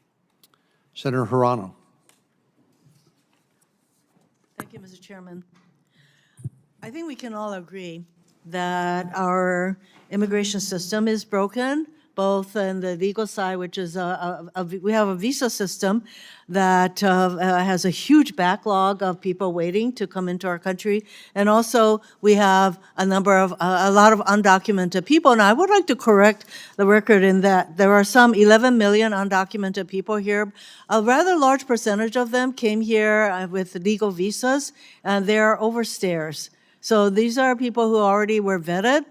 in order to get visas to come into our country. So, things are, the issue of immigration is complicated, but we agree that we have a broken system. And I'm glad that when I was first elected to the U.S. Senate, one of the major bills that I worked on as a member of this committee was the Comprehensive Immigration Reform Bill. And while it didn't have all of the kinds of provisions that I would have supported, it was a good start. It was a good faith effort to address the complexities of immigration reform, and I thought it was a relatively fair bill, so I voted for it.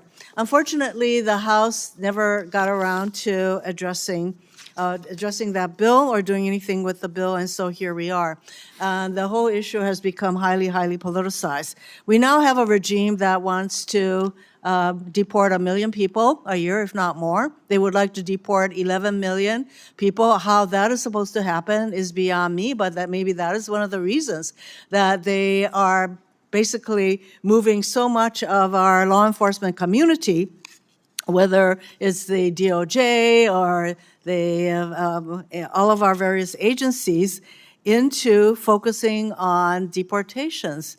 Now, I think we can all agree that people who should be deported are the ones who are violent criminals who have committed crimes. That is not what is happening in our country. So the kind of roundups where the quota or the requirement is that I should arrest 3,000 people a day, see, that leads to all kinds of actions on the part of ICE and the other agencies that they have focusing on deportation and rounding up people who pose no danger, no safety danger to our communities. But it's certainly creating havoc and fear in our communities. So that is what is happening. So rather than working on what I would consider to be comprehensive immigration reform that we can, I hope, all agree on some of the provisions, no, we are continuously blaming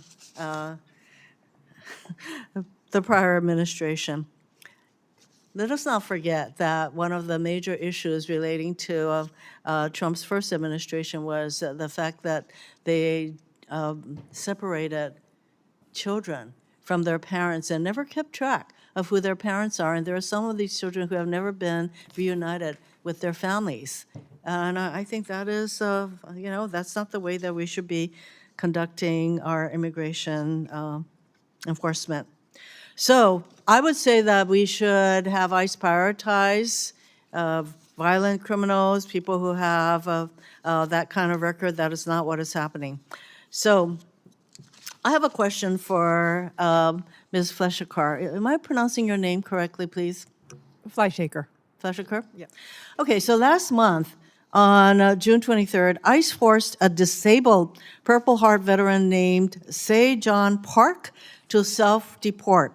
He was a green card holder, but his undiagnosed PTSD led to a drug dependency, which is frankly all too common among our veterans. After an arrest for bail jumping in 2009, his green card was revoked, but he was allowed, this is 2009, allowed to stay with yearly check-ins with ICE. So he did that every year. He would come in, and he's been living in Hawaii for the past 10 years, where he's raised 2 kids and cares for his 85-year-old mother, who is in the early stages of dementia. That all changed this year when ICE, under this administration, threatened to lock him up unless he left the country. So he's self-deported. So, Ms. Fleshaker, does Mr. Park strike you as someone who should be a priority for detention and removal? I think the issue for me is that when we focus on numbers instead of quality, we end up focusing on people without criminal arrests, people who are contributing to their communities. We need to be focusing on real public safety threats, national security threats, and recent border crossers. Mr. Chairman, I'm sorry that my time is up, but you get my, the priority should be to deport people who pose a safety danger to our community. And a huge number of the people who are going through that process do not pose danger to our community. So that is a use of resources that cannot be justified. Thank you. Senator Graham. Thank you very much, Senator Cornyn, for having this hearing and all you've done to shed a light on this. This is very helpful for the country and the Senate, I think. Is it Ms. Fleshaker? Yes. Okay. Let me just ask you just a general question. How long were you the chief of staff for ICE in the Biden administration? A year. Excuse me? 1 year. Looking at those 4 years, would you say they were successful in terms of border security?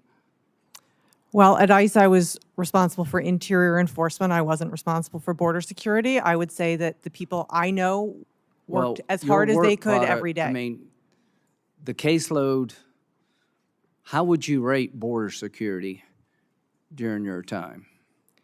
I would say border security is very important, and I know. I mean, how do you think the Biden administration did in securing our border? I think that there were a lot of people who came during the Biden administration. Like 11 million. I would say that's not very secure. Mr. Veliz?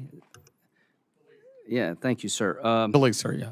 Yeah. How would you rate the border security initiatives of President Biden, successful or not? Senator, I'm here to testify based on my 30 years of experience as a police officer in building trust and creating safer communities. I'm not an expert in providing you with an assessment of the Biden administration. Well, I mean, just generally speaking, 11 million encounters is a lot, right? It seems like a large number, Senator, yes. Yeah, okay. So the goal is to fix that. Mr. Arthur? Yes, Senator. How did we go from the worst border to the most secure border in like 30 seconds? It's all a matter of will. The laws were already in place at the time that President Biden took office. He could have continued the same policies that President Trump had in place when we had a very high level of border security. In fact, even before Title 42 went into effect, the border was secure based upon my 3 decades of experience. But the reason that the border became insecure is because those policies were reversed and the detention mandates that this Congress has put into place were ignored. So we went from 160,000 encounters a month for 4 years down to a small amount, right? Deterrence is the touchstone of enforcement at the border, and if you take away the deterrence, people are going to come in. President Trump put the deterrence back. The only point I'm trying to make is that the people are criticizing President Trump are the ones that allowed the problem to exist. You'd be the last group of people I would ask advice from about how to keep this thing going in the right direction. So I want the American people to know that President Trump in 6 months has gotten the border under control after 4 years of absolute chaos. So my belief is that as we move forward, we need to make sure that we do so, not to go backward in securing the border. In terms of enforcement, Mr. Arthur, is it important that people get the message that if you come here illegally, you will be kicked out? Absolutely. Unless there is enforcement, people will be more likely to cross the border illegally. People will be more likely to remain in the United States illegally. Barbara Jordan said credibility in immigration enforcement is simple. Those who get to come in, come in. Those who should leave, leave. And those who are here unlawfully should be forced to stay or forced to leave. So clearly some mistakes have been made. I definitely want to fix them. People that shouldn't have been, caught up into the system. We need to get that right. But the consequence of backing off on interior enforcement and deportation, do you think it would send the wrong signal and undercut our efforts? Absolutely. The immigration laws are impossible to enforce in any stage, consular, border, interior, if they're not enforced. Let's just assume for a moment, which I do, that most of the people coming here illegally are not coming to commit crimes, but a lot of them do. Senator Cornyn spread a light on this. There are a lot of people dead because of bad immigration policy. Laken Riley, the man who killed Laken Riley, was released because of no detention space, went to Georgia and eventually killed this young lady. So my point is, whatever we do, we don't want to go backward, we want to go forward. And if we change our enforcement policies in the way being proposed, I think we'll lose our gains, and I don't want to do that. Thank you, Senator Cornyn, for having this hearing. Thank you, Senator Graham. Senator Klobuchar. Yes, thank you to my colleagues. And I want to start by expressing my deepest sympathies to you, Ms. Vega, and to you, Ms. Nobles, as well as to you, Mr. Avila. And I have always, as Senator Graham knows, because we've worked together on a number of bipartisan immigration bills, unfortunately, they have not passed. They passed through this committee, though, and several of these comprehensive bills had much funding for the border and changes to border security, and I strongly agree that securing our borders and ports of entry must be a top priority. I supported the border agreement negotiated with Senator Langford last year, and we must prioritize public safety, including deporting violent criminals. I have also championed law enforcement efforts, as is well known in this room, whether hiring more police officers through the COPS hiring program, I lead that bill, or funding cutting-edge detection technology to stop the flow of fentanyl at the border. But I also know from my time as the top prosecutor in the biggest jurisdiction in my state for 8 years that it is always looking at how do you spend your law enforcement resources. Yes, border security, but then how do you handle when you're deciding how to deal with people in the neighborhoods and you still want to have the resources there for gun prosecutions for people who are felons in possession of guns, for drug trafficking and the like.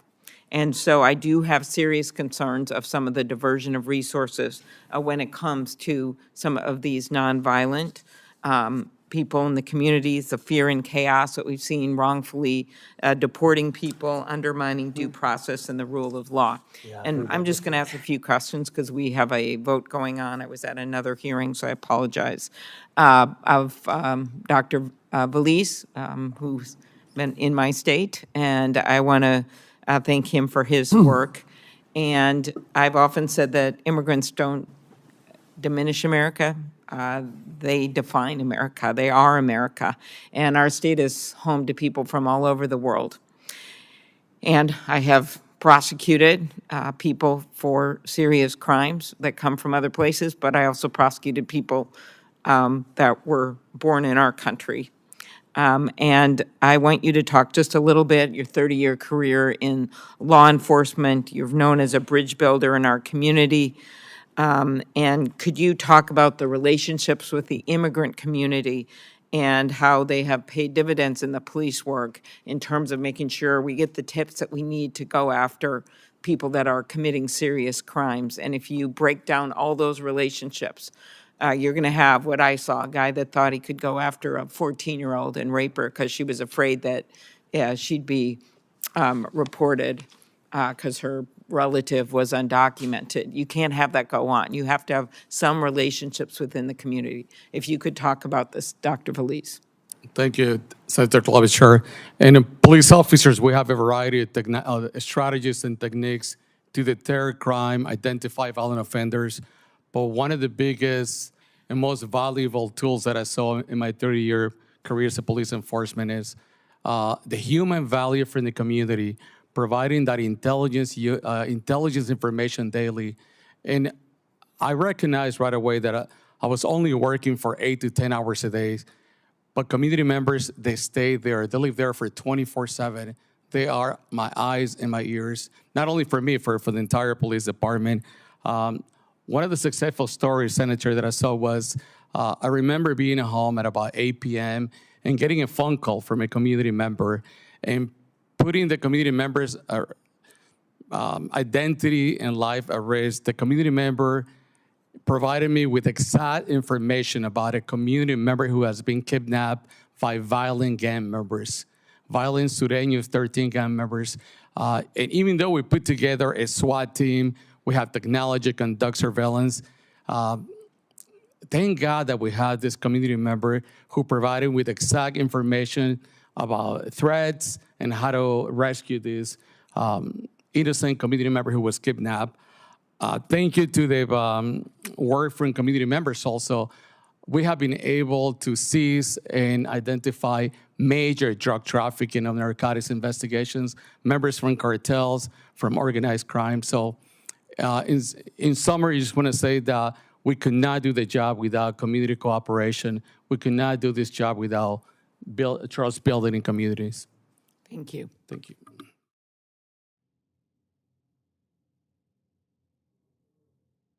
Clarify just a few things. Ms. Fleshaker, do you believe that everybody who is all individuals who are under final orders of deportation should actually be deported? I believe that people with final orders of removal have gone through the legal process and then are eligible for removal, for deportation. You don't think they should be deported, or you do think they should be deported? I think that those are the people who can be removed. Those are the people who should be removed. So there actually are some illegal aliens who should be deported. How about convicted criminals? Should they be deported? Undocumented convicted criminals, those are the people who I think we should be prioritizing for removal. Okay. Mr. Avila, I think there's a lot of misconceptions about otherwise law-abiding individuals who violate our immigration laws and come into the United States. First of all, illegal entry into the United States is a crime, is it not? That's right. We call it EWI, entry without inspection. That's a violation of 8 U.S.C. 1325. And in your lengthy experience in law enforcement and dealing with the border, is that the only law that people who illegally enter the country violate? No, it depends how you enter, when you enter, how many times you've entered and been encountered. There's very different types of removal. I think we overuse the term deportation, but believe it or not, most illegals in this country are removed without a deportation order. There's expedited removals, there's voluntary returns, there's many different types of removals. The actual deportations are executed by an immigration judge under that order. So in addition to illegal entry, is it your experience that many individuals who enter the country illegally engage in identity theft?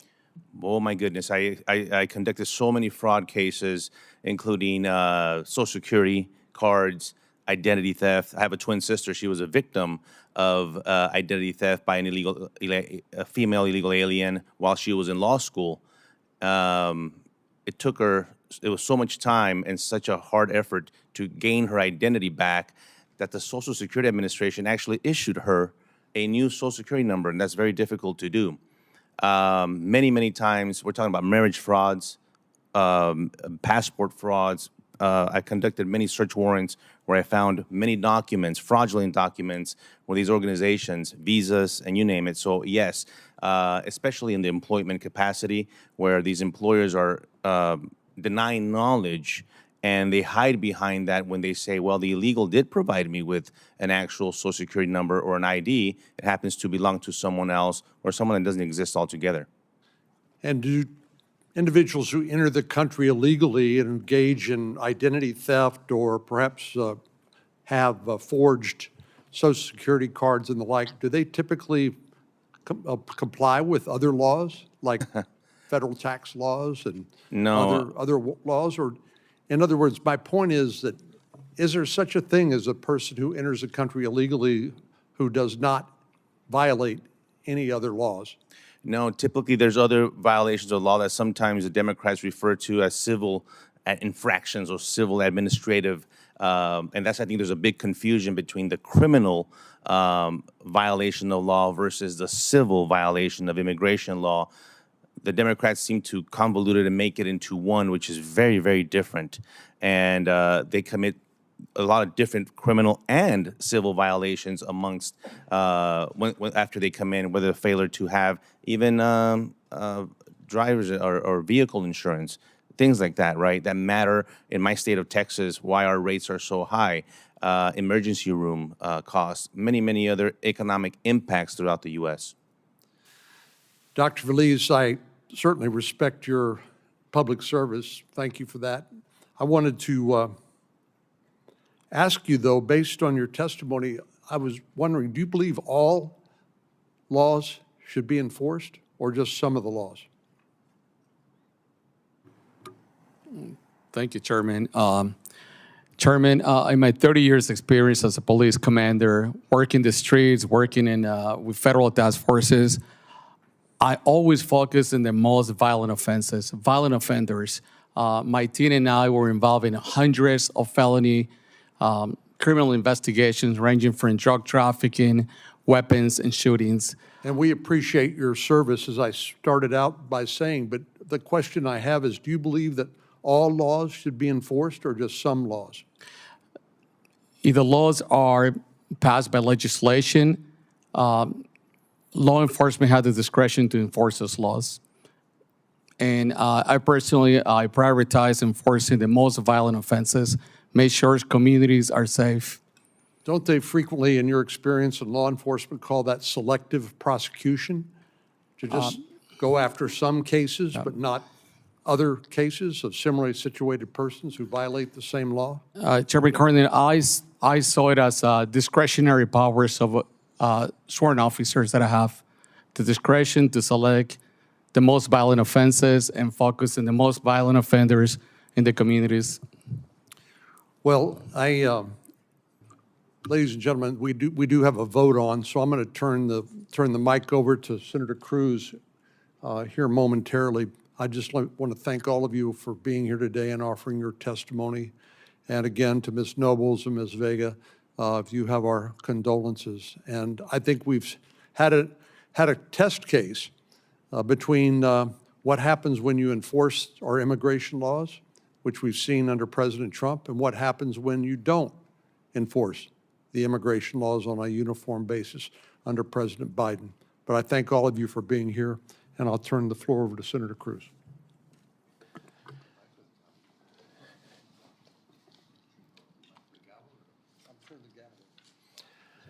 Thank you, Mr. Chairman, and thank you for holding this hearing. For 4 years under Joe Biden and the Democrats, this country witnessed an invasion at our southern border. It is an invasion that has no precedent in the history of our country. 12 million illegal immigrants were allowed to come into this country. And that was deliberate. It was not an accident. It was not negligence. It was a deliberate choice that Joe Biden and Kamala Harris and Alejandro Mayorkas and every Democrat senator and House member made. They looked at 12 million illegal immigrants and they saw what they believed would be future Democrat voters.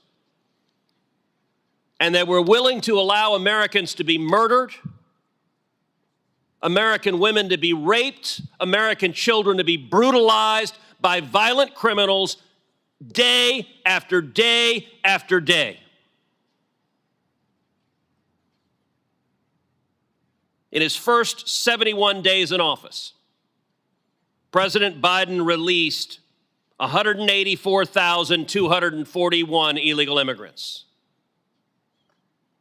That was a decision. By the way, it was a lawless decision. Federal immigration law says they shall be deported. No president has ever done what this administration did, which is say, we don't care about the law. We are all about partisan politics, and we're going to let them all go. And God help the communities we release them into.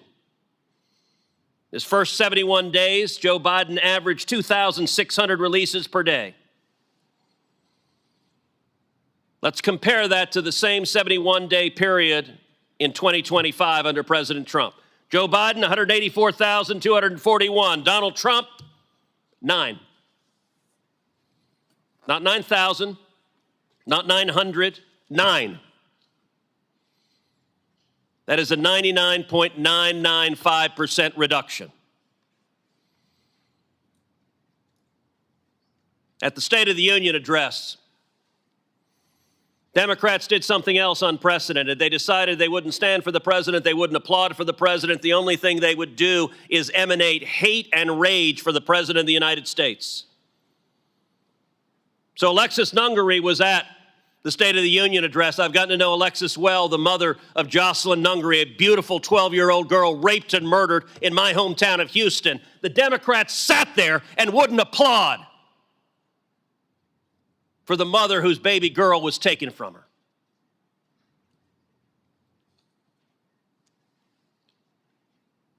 President Trump at the State of the Union address said last year Joe Biden stood before Congress and said he could not secure the border unless Congress passed new legislation.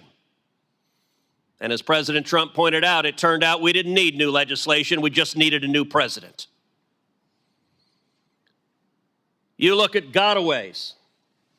Under Joe Biden, over 3 million gotaways. Who are gotaways? They're the most concerning of all of the 12 million that came into this country, because gotaways are the illegal immigrants we know were here. We see signs of them. We see tracks, but they didn't turn themselves in. Gotaways are much, much more likely to be murderers, much more likely to be rapists, much more likely to be child molesters, much more likely to be gang members, much more likely to be terrorists. Under the Biden administration, CBP was instructed at the southern border, be on guard for Hamas and Hezbollah and Palestinian Islamic Jihad terrorists coming across the border. Why? Because they've declared jihad, and because the Biden open border policies extended a red carpet for anyone that sought to do harm. Now, if you look at what the Trump administration has done, it didn't just slow the bleeding, it turned it around. Daily border encounters down 93%, encounters with gotaways down 95%, illegal alien crossings down over 99%. These are historic, the biggest improvement in border security in the history of the United States of America. And yet, not a single Democrat is here celebrating that. Not a single Democrat is saying, thank you that our families are safer. They don't want our families safer. The Democrats have decided instead to fly down to El Salvador and have margaritas with MS-13 gang members. I genuinely don't understand that. Find me a community in America, find me a mom in America who says, you know what we need? More gang members who are raping more little girls. And this crisis is not about numbers, it's about lives. Laken Riley, a beautiful 22-year-old girl in Georgia, murdered by an illegal immigrant the Democrats released.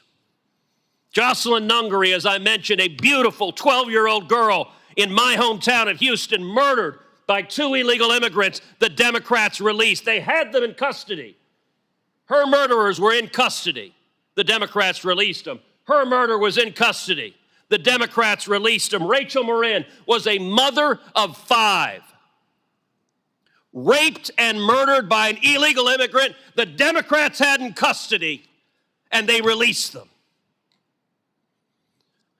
Over and over and over again. This was deliberate. And they're not alone.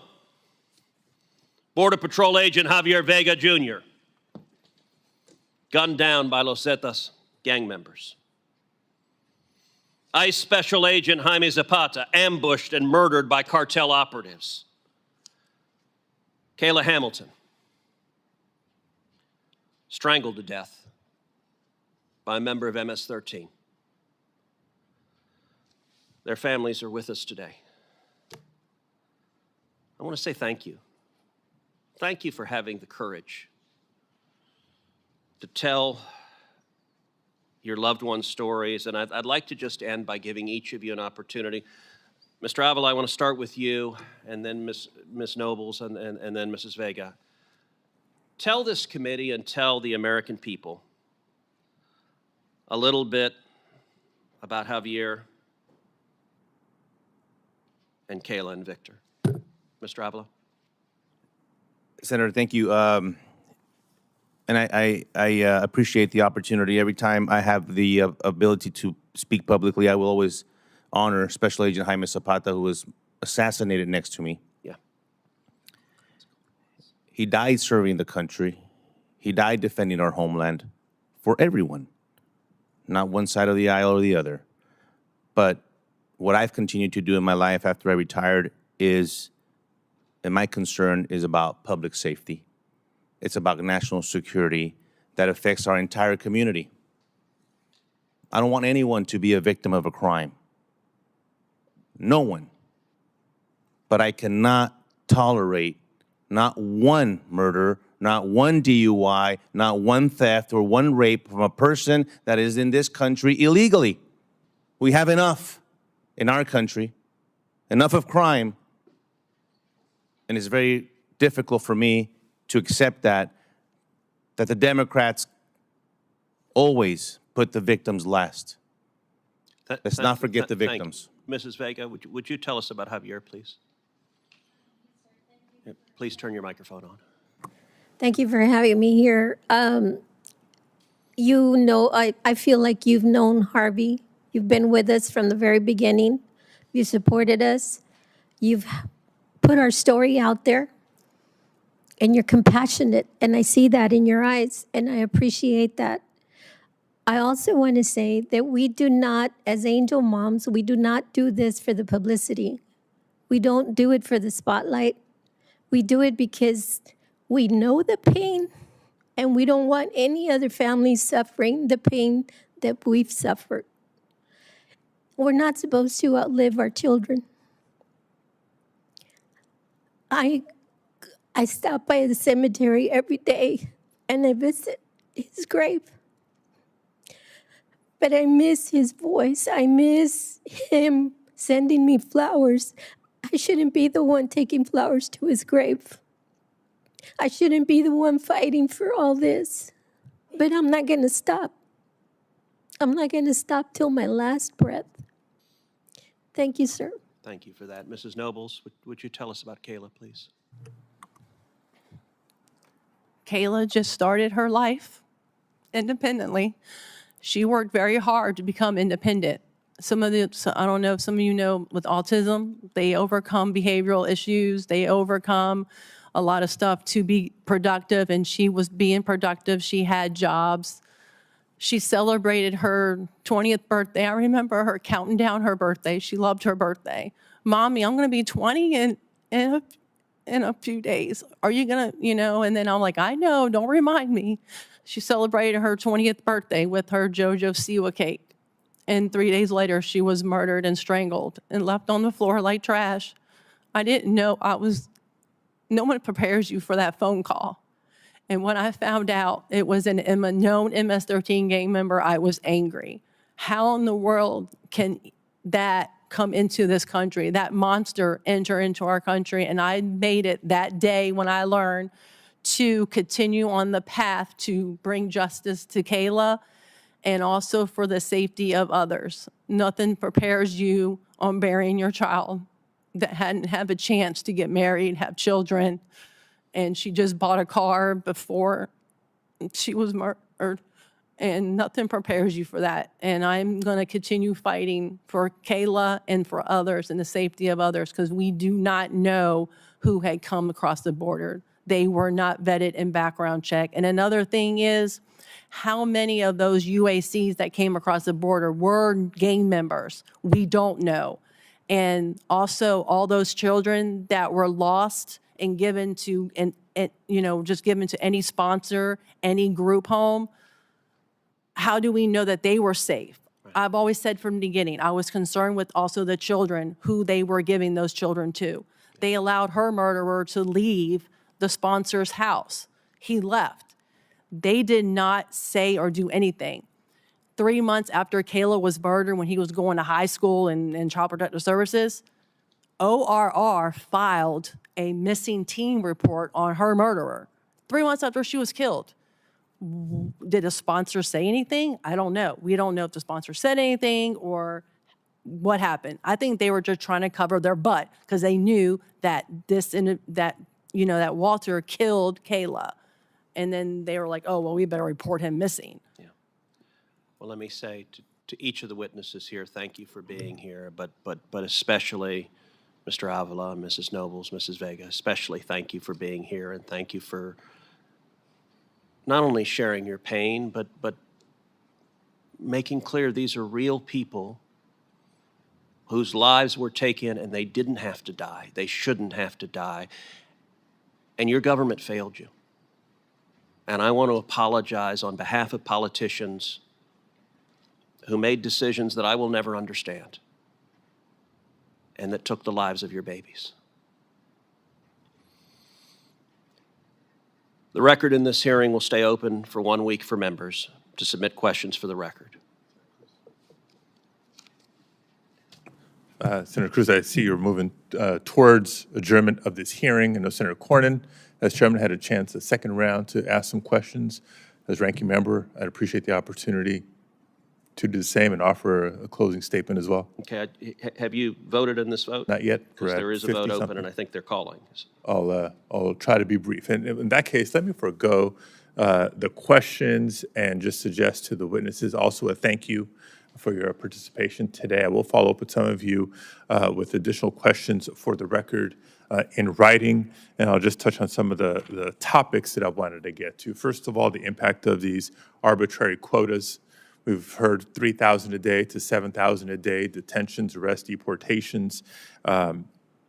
If you do the math over the 4 years, you're talking about anywhere from up to 10 million people, right, that would be deported. That's nearly the entire estimated undocumented population in the United States. So that doesn't jive with me as strict focus on dangerous, violent criminals, let alone the investigative process that goes behind each and every one. That's been my argument all along. I agree, let's focus on the dangerous, violent criminals, but when we're implementing these enforcement actions so indiscriminately, it's actually diverting resources and attention from that and from other critical missions as we're moving personnel from other agencies within DHS and Department of Justice and even Department of Defense nowadays. A couple things that I think are important to clarify because of the rhetoric I keep hearing about immigrants and crime as if every single immigrant is a criminal. 70% of people ICE is arresting and booking have no criminal convictions. Again, this is ICE statistics. Of the 30% of them who have some sort of conviction, a significant portion of those offenses come from traffic violations, or yes, immigration offenses. Immigration offenses, not dangerous, violent crime. For those who want to talk about the investment by the Trump administration in immigration enforcement and crime, the president's 2026 budget requested cuts salaries and expenses for the FBI by $545 million, the DEA by $212 million, the ATF by $468 million. And if that wasn't enough, the Department of Justice Organized Crime and Drug Enforcement Task Force program, the very one that helped arrest El Chapo, would lose its entire funding and would be shut down completely. So, look, I share this because this hearing, I think, is representative of how difficult it is to have a substantive, constructive conversation about immigration in Congress today. I do think that behind the scenes, there's a lot of members of this committee, of the Senate as a whole, of Congress as a whole, that would like to see progress being made on modernizing our immigration laws. We're all in agreement of the need for a safe, orderly, humane border. We're all in agreement that we need to modernize the system because it has become so problematic. But as we begin to discuss, as we begin to debate, far too often, one side tries to pigeonhole the other as, well, they just want open borders, they don't want to arrest or deport anybody, and the other side is pigeonholing as all illegal aliens are criminals. The truth is much more complex than that. And our response has to be more thoughtful than a lot of the rhetoric that we're hearing in committee hearings and on the evening news. If we want to be informed, let's be informed by reports like that from the National Bureau of Economic Research that shows the comparisons between crime rates and recidivism rates by immigrants versus natural-born citizens, for example. I'd like to submit it for the record. If this was just about resources for enforcement, by the way, you'd figure the problem would be solved between the Trump administration claiming, hey, crossings at the southern border are next to zero, problem solved, mission accomplished. And by the way, the budget reconciliation bill has a huge infusion of resources for ICE. So if the problem is solved, let's move on to the modernization of our immigration system. We can and must work together to address that, and that's not just people on my side of the aisle saying it. Last month, we saw Congressman Tony Gonzalez of Texas lead 5 of his Republican colleagues on the House side in calling on the Trump administration to, quote, start prioritizing violent offenders rather than wasting resources on immigrants with no criminal records. Earlier this month, House Majority Leader Steve Scalise even helped intervene after an Iranian immigrant who had been living in the U.S. for nearly 5 decades was arrested, acknowledging the fact that there are undocumented immigrants here who have committed no crimes. Leader Scalise conceded, quote, we will have to change law in Congress. And that means both parties are going to have to come together to do it. So yes, there is a path forward for this subcommittee and for this Congress to reevaluate and refocus on what everyone agrees on. We should prioritize detaining and deporting violent criminals.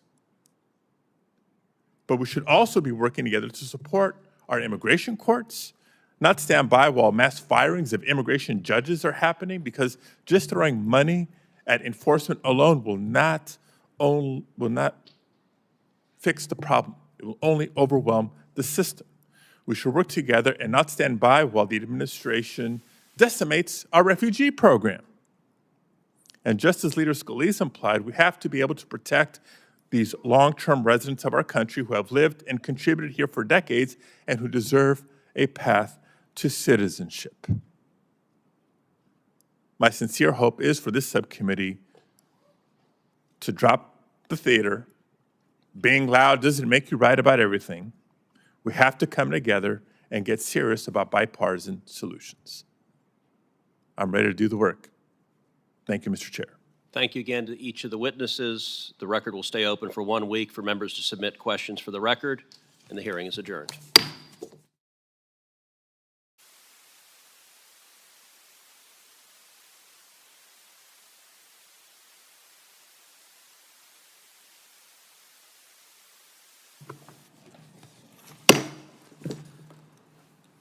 The Senate Subcommittee on Border Security and Immigration will come to order. The purpose of today's hearing is to examine the devastation that criminal aliens have caused in communities across the United States. In particular, we aim to show the American people how the realities on the ground are very different from the narrative peddled by the mainstream media. Rather than truthfully and honestly reporting the facts, media outlets have spread misinformation, allowing harmful, false rhetoric to dominate the airways. The result of these falsehoods is that radical far-left activists have taken to the street and targeted and demonized the very people who are charged with enforcing the law, laws that Congress has passed, and that would be ICE immigration enforcement officers. The first false narrative I want to address is a claim that illegal aliens are not criminals, but law-abiding individuals. Neither the Democrats nor the media are willing to tell the public the truth, that the moment an alien illegally enters the United States, they have committed a crime under the U.S. law to enter the U.S. legally. America is a country of laws, and we expect anyone who wishes to come to our country to obey those laws. Another false narrative peddled by the far left is that illegal aliens are not receiving due process when they are arrested by Immigration and Customs Enforcement.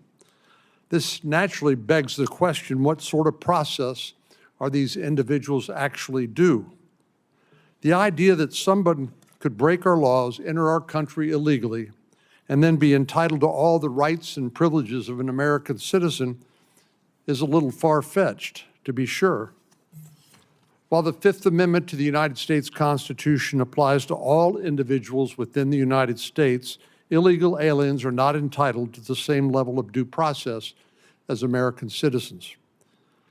The fact of the matter is that by the time any alien has received an order of removal, they have had all the due process they are owed under the law. Most aliens with final orders of removal have been in the immigration system for almost a decade. Many have had the opportunity to have their day in court, the very essence of due process, but they neglected to show up. Another false narrative is that ICE is not targeting the worst of the worst criminals. But the fact of the matter is that as we speak, there are 291,141 criminal aliens in the United States today who have final orders of removal. Just this morning in the Senate Judiciary Committee, a comment was made that ICE is targeting gardeners. Well, 291,141 criminal aliens who are under final orders of removal are still in the United States. For this fiscal year alone, 213,279 criminal aliens with final orders of removal already have convictions, while 78,000